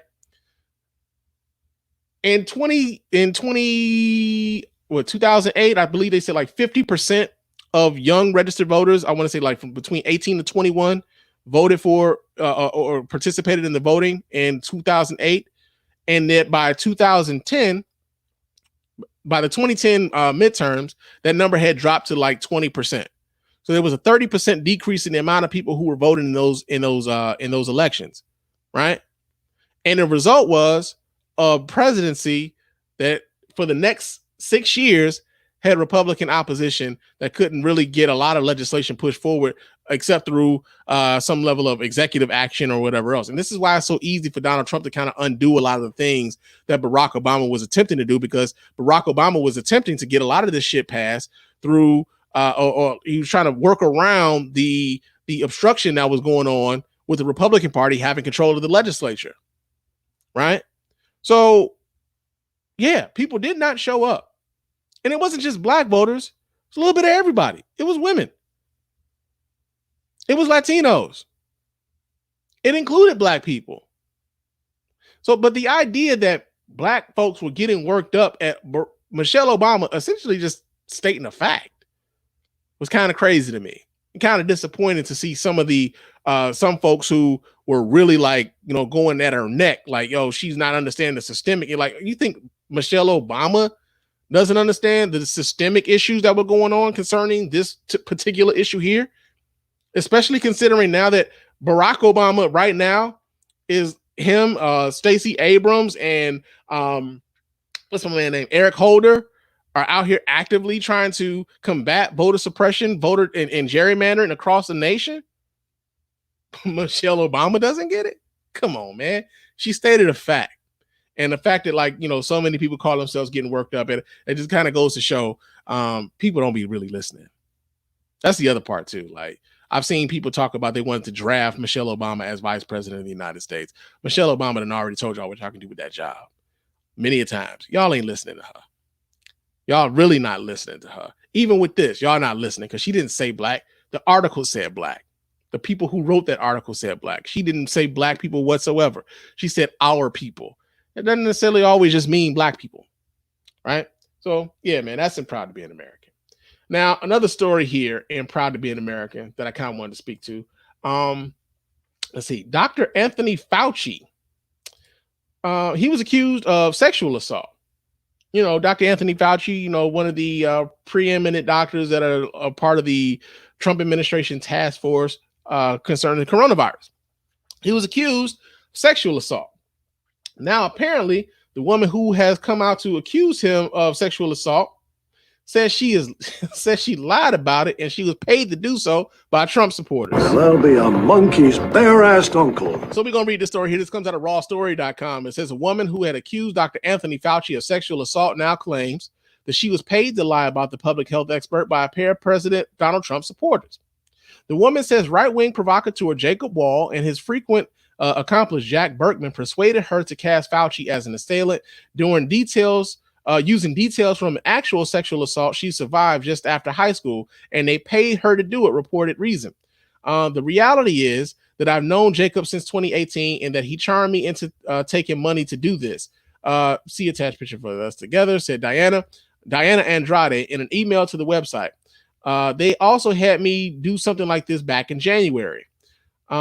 Andrade says she decided to abandon her claims and tried to record incriminating evidence against the pair after Wall asked her to find another woman to accuse Fauci of sexual assault, as they done to former special prosecutor Robert Mueller and Senator Elizabeth Warren. Let me tell you something, Diana, says Berkman on a 9-minute, 35-second call. This guy shut the country down. He put 40 million people out of work. In a situation like that, you have to make up whatever you have to make up to stop that train, and that's the way life works, okay? That's the way it goes. Andrade reminds the pair that COVID-19 was dangerous and asked them to take the outbreak seriously, but Berkman seemed excited about mass deaths.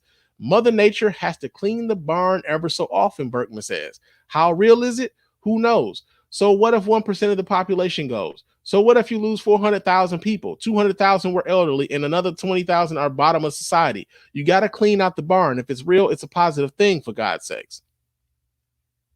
Trump supporters. Andrade sounded horrified by his survival of the fittest argument, and then Wall begged her to keep her mouth shut and stick with her story. What could be wrong, Diana? Wall says.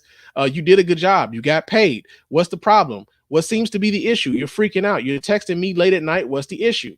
Andrade asks whether a man who hand-delivered 5 figures to her in Los Angeles was actually a lawyer, as the pair claimed. And Wall boasts that the attorney has White House connections. Yeah, he's a real lawyer, Wall says. He's a good lawyer. Shortly after the call ended, Andrade decided to send the recording to Reason and expose the pair's nefarious scheme. I don't know how they do all these things and why they do all these things, Andrade said. Also, he tried to frame Mueller. I'm like, how is he not in jail? Now, she referenced this guy, Jacob Wall, and the attorney dude, Jack, what's his name? Jack Berkman. She referenced them trying to besmirch the character of Robert Mueller. Now, remember, Robert Mueller was the guy who was, heading the investigation into Donald Trump as to whether or not he colluded with Russia for the purposes of stealing said election 2016, right? Now, around that time, they like had this news conference and everything where they said this woman had been assaulted by Robert Mueller, and they were going to have her come forward. They had this news conference, and the woman never showed up to said news conference. Didn't even have the woman. As a matter of fact, they document this exact thing happening on there's a movie on not necessarily a movie, like a documentary that's on HBO. It's called After Truth. Disinformation and the cost of fake news and stuff like that is, I believe that's what it's called. I believe that's what it's called. You can watch it. But these dudes were not only doing this to Robert Mueller, but they also did this against Elizabeth Warren, said that she had like some sort of like sugar mama relationship with some dude that she met on some sort of website. And they also apparently are doing this to Dr. Anthony Fauci. Now, kind of alluded to this earlier in the show, where a lot of these things are happening where people who are perceived or people who are perceived enemies or people who are actual enemies of Donald Trump, a lot of these people are being hit with sexual assault allegations. And a lot of these things aren't necessarily, a lot of these are coordinated efforts. These are coordinated efforts, right? It's sort of a smear campaign that is happening. I want y'all to keep this in mind as we talk about this story here next concerning Joe Biden, right?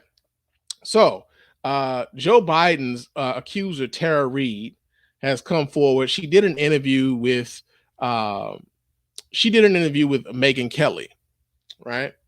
Now, this story, it's been around for a little bit, but it really picked up. It really picked up around the time when Bernie Sanders was finally kind of like knocked out of the Democratic presidential nomination race. When he finally dropped out, this is when it really blew up. And the timing of it was always suspicious to me with the way it kind of blew up. And also the elevation of the allegations also ramped up around the time that Bernie Sanders dropped out of this race. And the level of inconsistencies around this story just never really sat right with me. Now, Joe Biden has had to, he come out to say that, like, this never happened. I didn't do what this lady is accusing me of. He didn't go out on the attack to, like, besmirch her character or anything like that. But it's been very telling, like, how many details around this story have changed over the course of this time, right? So she did an interview with Megyn Kelly after Joe Biden did his interview with Mika Brzezinski over at the Morning Joe show on MSNBC. And she did this with Megyn Kelly. This was after she canceled canceled interviews with Don Lemon over at CNN, and I believe it may have been another show on Fox News. I want to say maybe Chris Wallace might have been doing an interview with her, but she backed out of both of those interviews, and she decided she was going to do this interview with Megyn Kelly. Now, for those of you who are paying attention, Megyn Kelly also had some sexual harassment things that were, like, happening with her, where she ended up leaving Fox after accusing Roger Ailes of sexual harassment. And, it became a real big thing for her to go over to NBC, and they tried to make her like a daytime talk show host. It really didn't work out for her, but she got a huge ass severance after leaving NBC. And so she has a history of having to deal with her own personal sexual harassment, sexual assault allegations against her superiors at work, right? So I think that plays a large part into why Tara Reid decided to go with Megyn Kelly, despite the fact that I don't necessarily, there's a certain slant to Megyn Kelly, though, that I think is also that needs to be kind of noted here also. Truthfully speaking, like, I've just been having a hard time believing the Tara Reid story because of how the story has changed over time, right? And so right now, Tara Reid, who accuses Joe Biden of a sexual assault, is asking him to drop out of the presidential race. So I'm going to play this video. Let me go ahead and pull this video up so you guys can watch here right along with your man Spann. Here we go. Check this out, y'all. Let's talk about what he said, because he went on TV last Friday and said, first of all, it never happened. Period. End of report. This did not happen. He did say that, in his view, accusers should start off with the presumption that they're telling the truth. Do you think he's afforded you that presumption? No. I mean, it's been stunning, actually, how the some of his surrogates with the blue checks, that are his surrogates, have been saying really horrible things about me and to me on social media. He hasn't himself, but there's a measure of hypocrisy with the campaign saying it's safe. It's not been safe. All my social media has been hacked. All my personal information has been dragged through. Every person that maybe has a gripe against me, an ex-boyfriend or an ex-landlord or whatever it is, has been able to have a platform rather than me, talking about things that have nothing to do with 1993, like even the whole thing with being called a Russian agent, that in particular, that incites people. People actually, I got a death threat from that because they thought I was being a traitor to America. And I mean, these are serious things. And his campaign is taking this position that they want all women to be able to speak safely. I have not experienced that. If he's watching this, what do you want to say to him? I want to say You and I were there, Joe Biden. Please step forward and be held accountable. You should not be running on character for the president of the United States. You want him to withdraw? I wish he would, but he won't, but I wish he would. That's how I feel emotionally. Do you want an apology? I think it's a little late. Do you believe we should believe all women? I believe in the survivors that have come forward, like Blasey Ford and the other ones that have come forward. I do stand with them. I think that there needs to be a conversation rather than a hashtag. Are you in favor of the conversation? I mean, does Joe Biden get due process? Does he get the chance to vet these claims and defend himself? Is that okay? I think he's been doing that, right? He's had a chance for more platforms than I have. If I can just go back for 1 second to Blasey Ford. Yes. Some of those who supported her, but now have found a reason not to support you, say, well, she was under oath. Would you go under oath? Absolutely. They say, well, she subjected herself to cross-examination. Would you do that? Absolutely. They also point out that she took a polygraph controlled by someone on her team. Is that something you want to do? I'm not a criminal. Joe Biden should take the polygraph. What kind of precedent does that set for survivors of violence? Does that mean we're presumed guilty and we all have to take polygraphs? So I will take one if Joe Biden takes one, but I'm not a criminal. All right. So couple things there.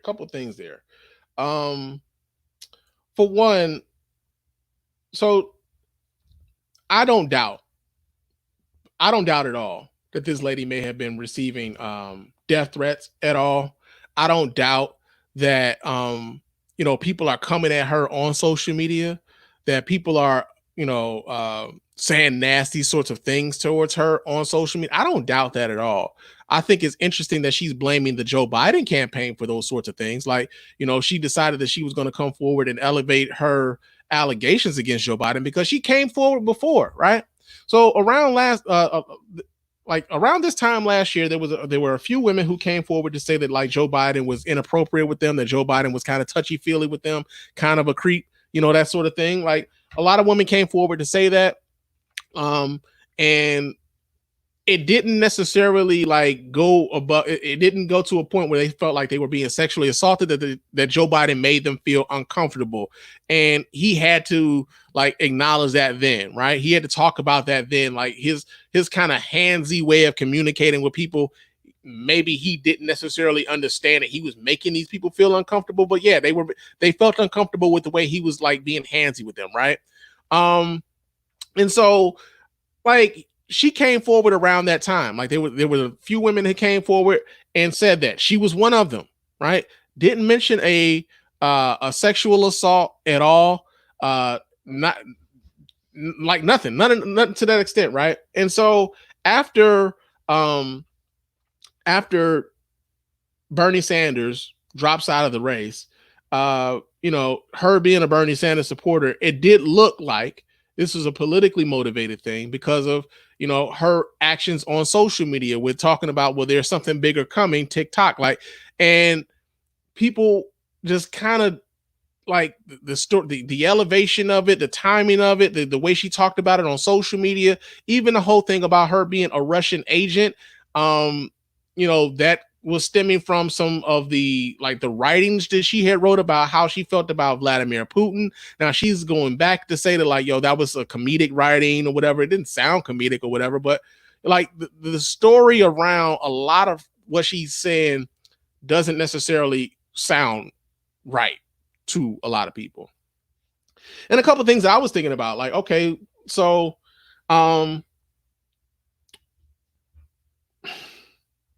Joe Biden was vice president of the United States.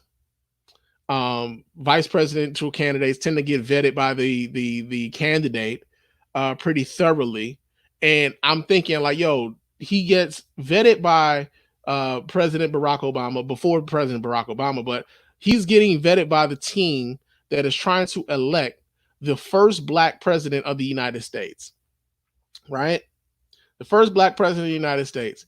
Barack Obama is also coming off of having to deal with the Reverend Wright fiasco, where they found the tapes of Reverend Wright saying "Goddamn America" during the sermon and everything, and like that became a real big problem for Barack Obama during the campaign. That could have sank a lot of fucking campaigns. And I like during that time, it was big. It was big, and so I'm thinking like, yo, like after having that come out that Barack Obama was a member of said church, and having to deal with the fallout behind that, like. If there was a sexual assault allegation or like being made, or a sexual harassment allegation being made that was officially documented or whatever, that would have come up someplace during that vetting process. I thought I was like, it was telling that they didn't find anything like that. Right. The other thing that I thought was interesting for me was the fact that like back in 1991, we become familiar with who Anita Hill is. Now, Anita Hill was the woman who came forward during the Clarence Thomas Supreme Court confirmation hearings. And she alleged that, Clarence Thomas had been sexually inappropriate with her at work. The person who was the head of the Senate Judiciary Committee of that 1991 Senate confirmation hearings was Joe Biden. Now, Joe Biden did not handle that particular hearing with aplomb. He didn't. Like, Joe Biden left a lot to be desired. And a lot of folks kind of point to Anita Hill to say, to kind of, talk about the fact that Joe Biden isn't necessarily the champion of women that he portrays himself to be. This is despite the fact that Anita Hill is like, yo, but I'm voting for Joe Biden.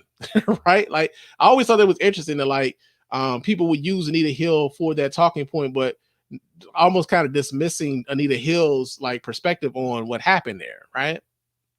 But I'm thinking like, yo, so all of the attention that got back in 1991, when Joe Biden was the Senate Judiciary Committee chairman for those hearings, like all of the attention that got across the nation in 91, this sexual assault happens in 1993 in a hallway on like in the Senate. Like, I'm wondering like, yo, is Joe Biden that stupid? Like, after having been through that to risk that sort of thing, right? Not to say that it didn't happen. I'm asking the question, is Joe Biden that stupid?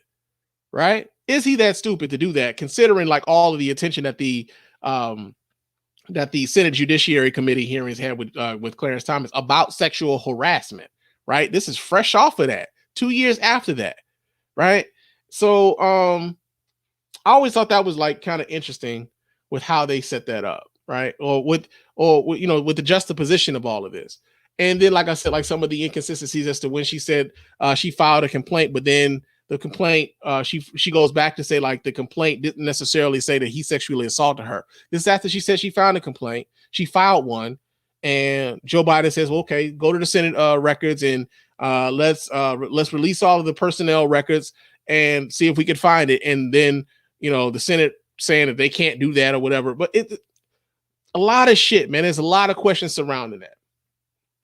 But bringing all of this together kind of feeds into why at this particular moment in time, why I'm skeptical of Tara Reade's story right now.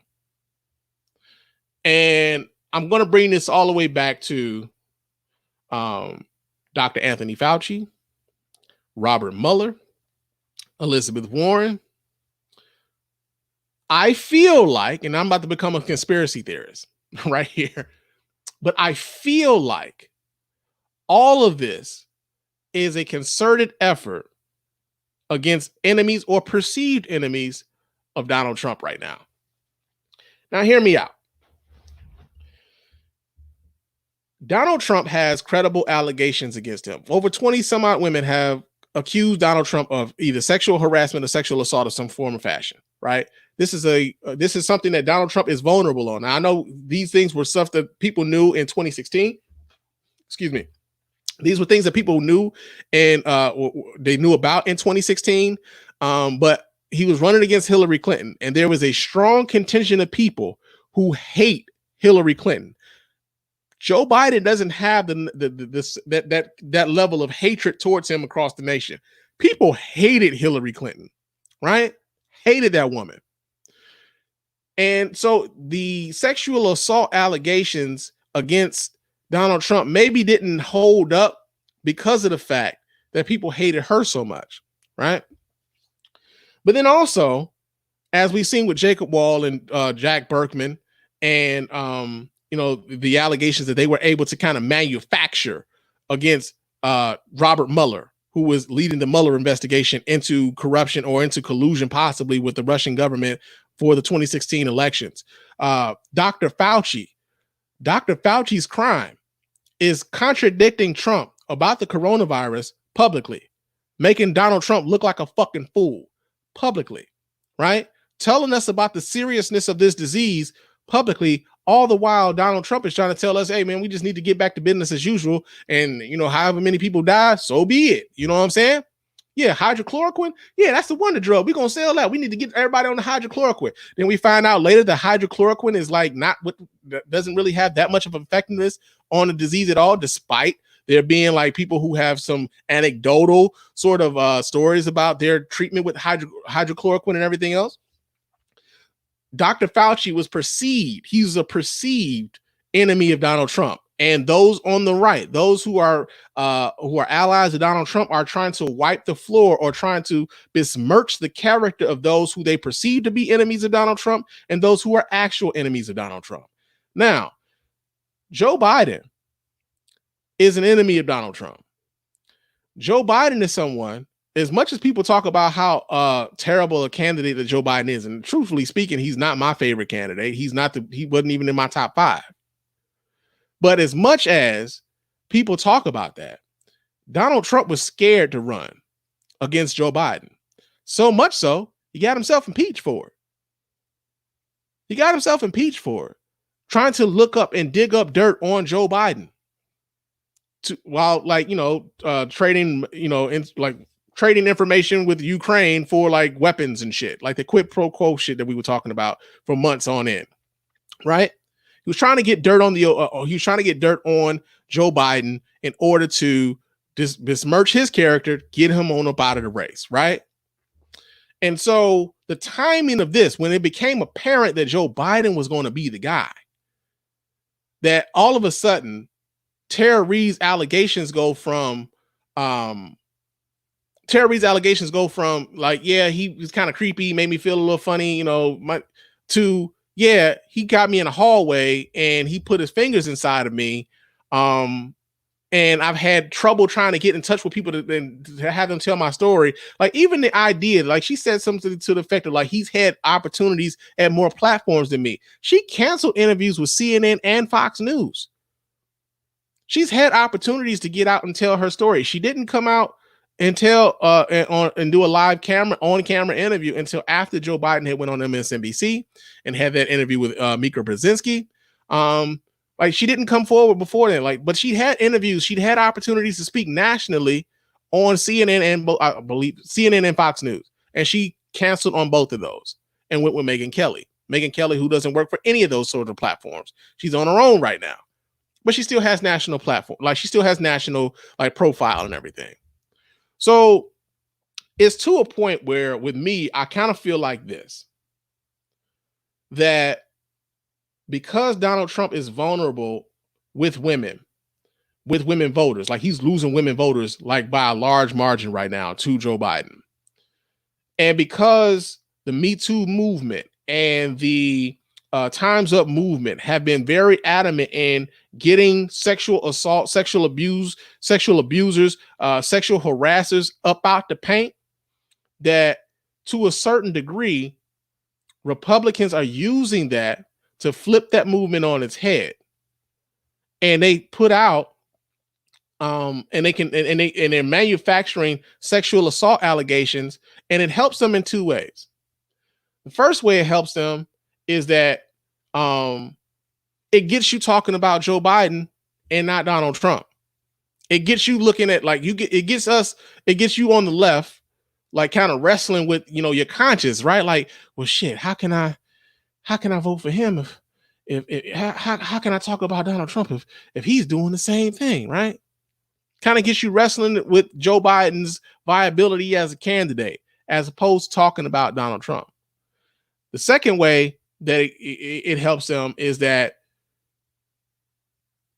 it makes you look hypocritical to question some of these allegations, right? It makes you look hypocritical because the way the right sees it is that like, yo, y'all only care about sexual assault when it's happening or when someone accused of it is of a Republican Party, or if it's on our side. Y'all don't care so much when someone on your side is accused of it. And then you'd be like, wait a minute, has anybody talking to Al Franken lately? Like, that dude is out of the job. Like, he's out of the Senate and everything. Like, they got him about to paint.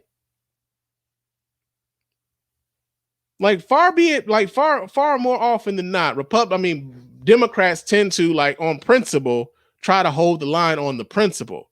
Whereas Republicans, by and large, don't even give a fuck about this issue. Right? Republicans never gave a fuck about women's issues to this degree, or better yet, the idea of protecting women from sexual abusers or sexual assault. Right? Unless, of course, they're talking about trans people using the bathroom. That's when they care, right? Trans people in the bathrooms. They made that a thing. You don't hear about them you don't hear them even talking about trans people in bathrooms anymore. It wasn't a campaign issue. We don't even talk about it. But that's the only time they ever really cared about that. And so it makes it helps them in the fact that you're not talking about Donald Trump, you're talking about Joe Biden, despite the fact that there's 26, allegations against Donald Trump. There's this one account so far, Tara Reid, against Joe Biden of this level, right? Of this level. And then there's like I said, it makes, the left look hypocritical in the fact that they're questioning some of the things that are going on with Tara Reid in this story, right? So here's the other part about this too, right? So they talk about this whole thing, believe all women, right? Believe all women. And even Megyn Kelly, she kept referencing this idea of believe all women. And that's intentional. That's intentional to insert the all in the middle of that. Because for the most part, when we were talking about believe women, it was like believe women. Like, and even Joe Biden in his defense of himself is saying like, yeah, we got to operate under the assumption that she's coming forward telling the truth, right? We got to come forward with this. We got to come forward with the idea that like, yo, for somebody to come up with this level of allegation against this person, there's got to be something to it, because like, think of all of the things that she's going to lose. Think of all of the scrutiny that she's going to kind of come under for coming forward in this way, right? And Tara Reid is actually suffering from some of that. She's getting people going into her social media and hacking her social media. She's getting people calling her a Russian agent. She's possibly getting people giving her death threats and everything, because she's coming at the guy who a lot of people feel like, yo, Donald Trump is a piece of shit and we need to get him the fuck up out of the paint. And here you come with this shit. Right? So she's getting all of that. But at the same time, are we not supposed to recognize the inconsistencies of the story and the timing in which the story became much more elevated when it did? And so, because we've seen this where false sexual allegations are being manufactured by allies of the Trump White House, Jacob Wall and Jack Berkman, have done this repeatedly. It's almost like, how in the fuck are they still able to do this? Because we've seen this movie before. I'm not saying that Tara Reid is associated with those guys whatsoever, but I do think it kind of, for me, I do think it kind of colors the way in which I'm able to like absorb her story and the timing of the story and the details shifting in said story, where I'm like, I'm wondering how much of this could even be true at all. Right? I'm wondering I'm skeptical at this point, how much of this could be true at all, considering how all of these things are happening at the same damn time. Right? At the same damn time. And Ryan's here in the chat room. He says Says, so in the Senate in 1993, he fingered her in the hallway and she just now saying something about it. I don't buy it. But you know what though? Like, we can't do that. We can't do that. I'm not even saying like, I'm not saying that like it could, I'm not saying it didn't happen. Plenty of women have had sexual assault allegations, or they've had something sexually abusive happen to them, and it takes them a while to process it. It takes them a while to be even comfortable discussing it publicly. I'm not even talking about the time for like it taking her so much time to say it, but I'm talking about the way in which the story has elevated in a short period of time, where I feel like they thought when the women came forward to say that Joe Biden was kind of creepy and that Joe Biden like made me feel uncomfortable, he would touch me in such a way and I felt uncomfortable. It never was elevated to the it was never elevated to the point of it being a sexual assault where he was like basically trying to take it and they didn't want him to take it, right? And so she was a part of that group initially, and now it went from, well, I guess that didn't work, to, okay, well, this happened. And then we ask, you start asking, or you start looking for, the documentation of this happening, because you say you document, you say you complain. The people you say you complain to don't remember you ever talking to them. The paperwork you said you filled out, nobody can find said paperwork.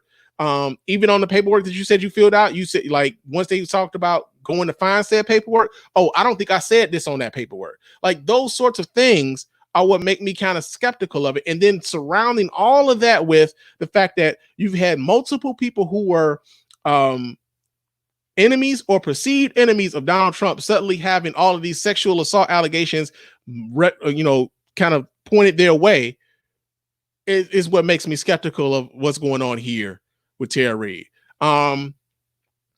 There's a lot of questions there.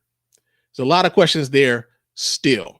And man, it's kind of crazy. It's kind of crazy in this moment, but that's just kind of where I'm at with it.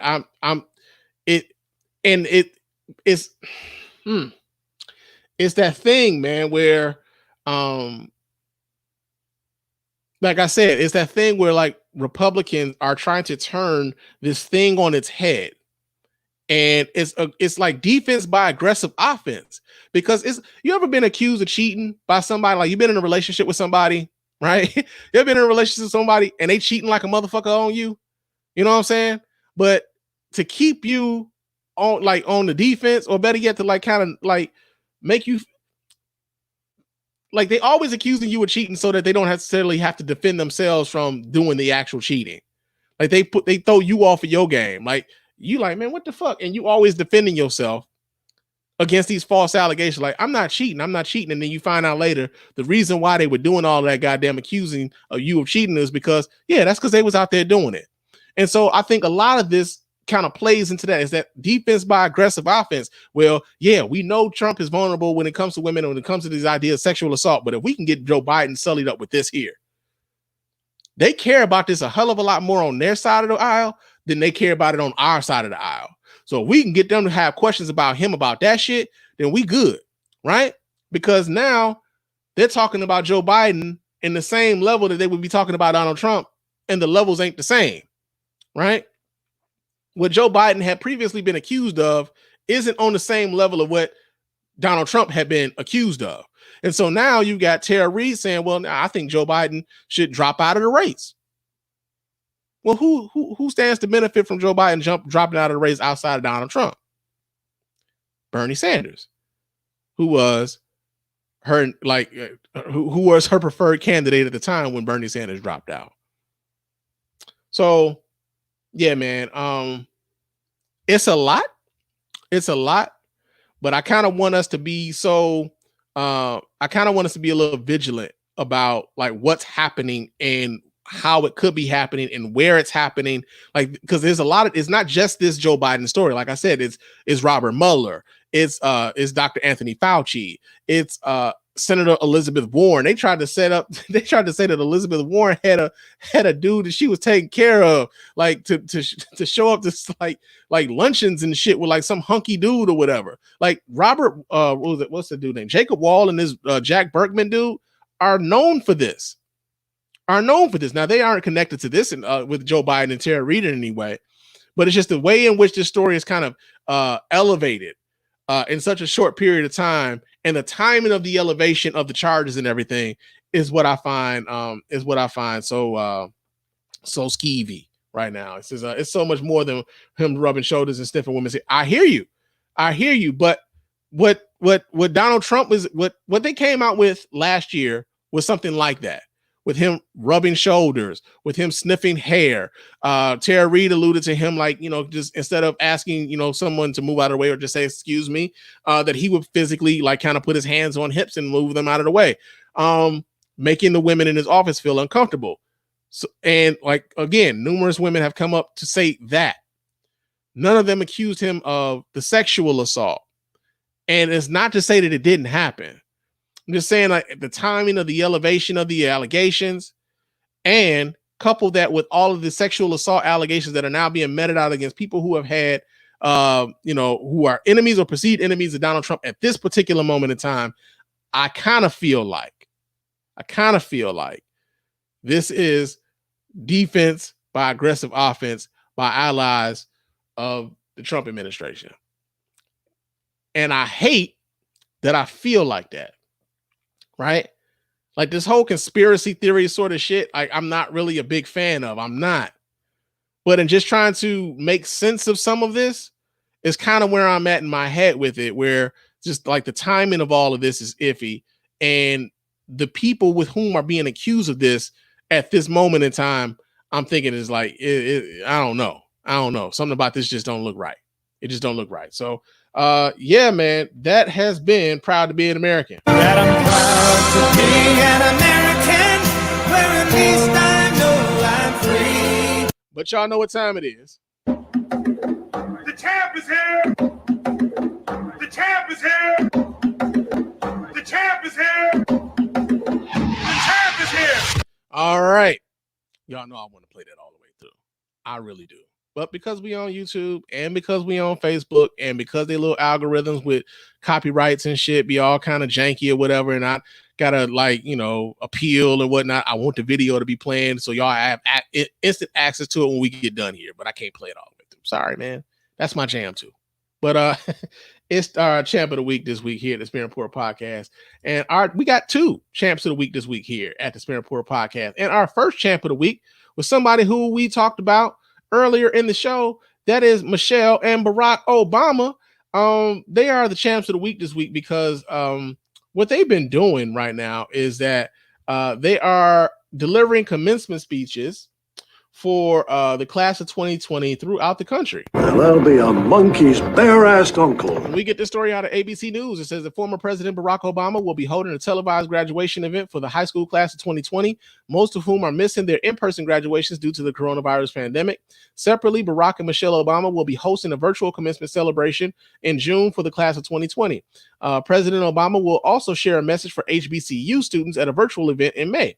Graduate Together, America Honors the High School Class of 2020 will be a 1-hour multimedia event featuring several guests, and it will air on Saturday, May 16th on ABC, CBS, Fox, and NBC, as well as other broadcast and digital streaming partners, according to a press release. Special guests will include LeBron James, Mala Yousafzai. I'm fucking this. I am butchering that name. I am so sorry. Yousafzai. Malala Yousafzai. I think I got that right. The Jonas Brothers, Yara Shahidi, Bad Bunny, Lena Waithe, Pharrell Williams, Megan Rapinoe, Her, and Ben Platt. And the event is being hosted by XQ Institute, the LeBron James Family Foundation, and the Entertainment Industry Foundation. So, yeah, man, I know a lot of people are, a lot of kids, man, are having those moments taken away from them. Like, as we talked about this earlier in the show, man, stop making people feel bad for being disappointed that, things that are out of their control being taken away from them. The graduations and the proms and things, that's one of them. Like, you'd be a dick to say, well, people died of it. Like, yeah, fuck you, man. Like, they want their graduations the same way that you had yours, and they want their prom the same way that they had theirs. And so, yeah, man, for the former president and first lady to go out of their way to do this for the class of 2020, man, is so dope. And it kind of reminds you of what it was to like have a real fucking president, back in the day. Right. So, yeah, man, they are champs of the week along with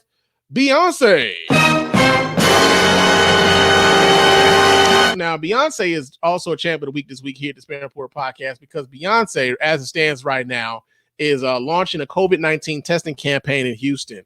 We get the story here. This comes out of pitchfork.com. It says that Beyonce's Bay Good is teaming up with her mother, Miss Tina Knowles Lawson, for a new campaign that supports mobile COVID-19 testing in their hometown of Houston, Texas.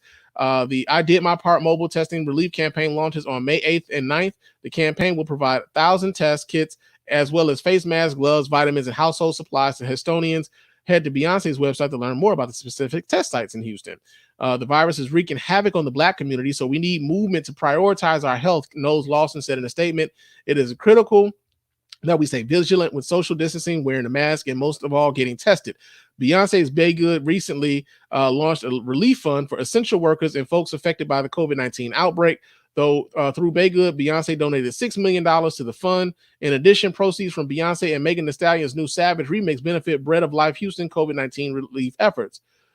So, yeah, man, that's another thing that has been woefully lacking is the fact that we don't have enough testing across the nation. We still don't, like, as high as the numbers are for COVID-19 or coronavirus cases in America. Truthfully speaking, we aren't testing enough folks we're not testing enough people. Not enough people have been tested to actually know the true number of it. And to be quite honest, the Trump administration doesn't really want to test as many people as they could because, as Trump has said so himself, it makes America look bad. Well, we are already looking bad. We got the most cases of coronavirus in the world. We also have the most deaths of COVID-19 in the world. The United States leads the way. We are number one in that shit. So when he said he was talking about you're going to get sick of winning, I guess this is what the fuck he meant. Because I'm sick of this shit. Right? But, yo, man, shout out to the Obamas, Michelle and Barack Obama, and Beyonce and her mom, Tina Knowles Lawson, for stepping up in that way and not only supporting the kids and their graduations, but also supporting the communities and getting the testing that they need and the supplies they need to kind of combat against this pandemic, man. Real talk. But, yo, man, it's about time for me to get on up out of here. Been running my mouth for quite a bit. But before we get on up out of here, I got to let you guys know how to get in touch with your man, Spann. To let your voice be heard here on the Spann Report podcast, go ahead and hit up that hotline at area code 313-288-0485. That's area code 313-288-0485. Leave those voicemail messages. Of course, those messages will get read here live on the show and responded to in kind. You can also email us here at feedback@thespannreport.com. That's feedback@thespannreport.com. Go ahead, leave us those emails. Of course, those emails will get read here and responded to here live on the show. Follow me on Twitter and Instagram. My name on both of those platforms is Mr._Spann. So go ahead, follow me there, chop it up with your man Spann throughout the week. You can also hit us up on iTunes and on Stitcher Radio with a 5-star review. Those 5-star reviews are the ones that get read here live on the show. We really do appreciate everybody who goes about the business of doing that. It doesn't cost you a dime, just a couple minutes of your time to let everybody know why you're rocking with us over here at the Spann Report podcast, man. Also, leave us comments on Castbox. Castbox is one of my favorite podcast listening apps. You can leave comments on the app, and I'll read those comments here live on the show too, man. So for those of you who are using Castbox, man, really, I appreciate you guys for doing that, man. And also go to our website, www.thespannreport.com. You can go there, watch replays of the show, vote in the polls when we put those boys up. You can leave us comments there. You can also donate to the show as often as you like, as much as you like. And of course, we really do appreciate every dime over here at the Spann Report Podcast Network. Shout out to our Golden Circle over at our Patreon patrons who are donating monthly to keep us alive here so we can do this here live on Facebook and YouTube. And also for those of you who visit our store to go ahead and get yourself some merch, man. Real talk. We really do appreciate everybody who supports the show in that way, man. Real talk. But I'm to get on up out of here. Again, I like to say happy Mother's Day to all of you ladies who are raising these babies up, teaching them well and letting them lead the way. You know what I'm saying? But yo, man, shout out to y'all later. I will talk to you guys later. And until next time, fam. Peace.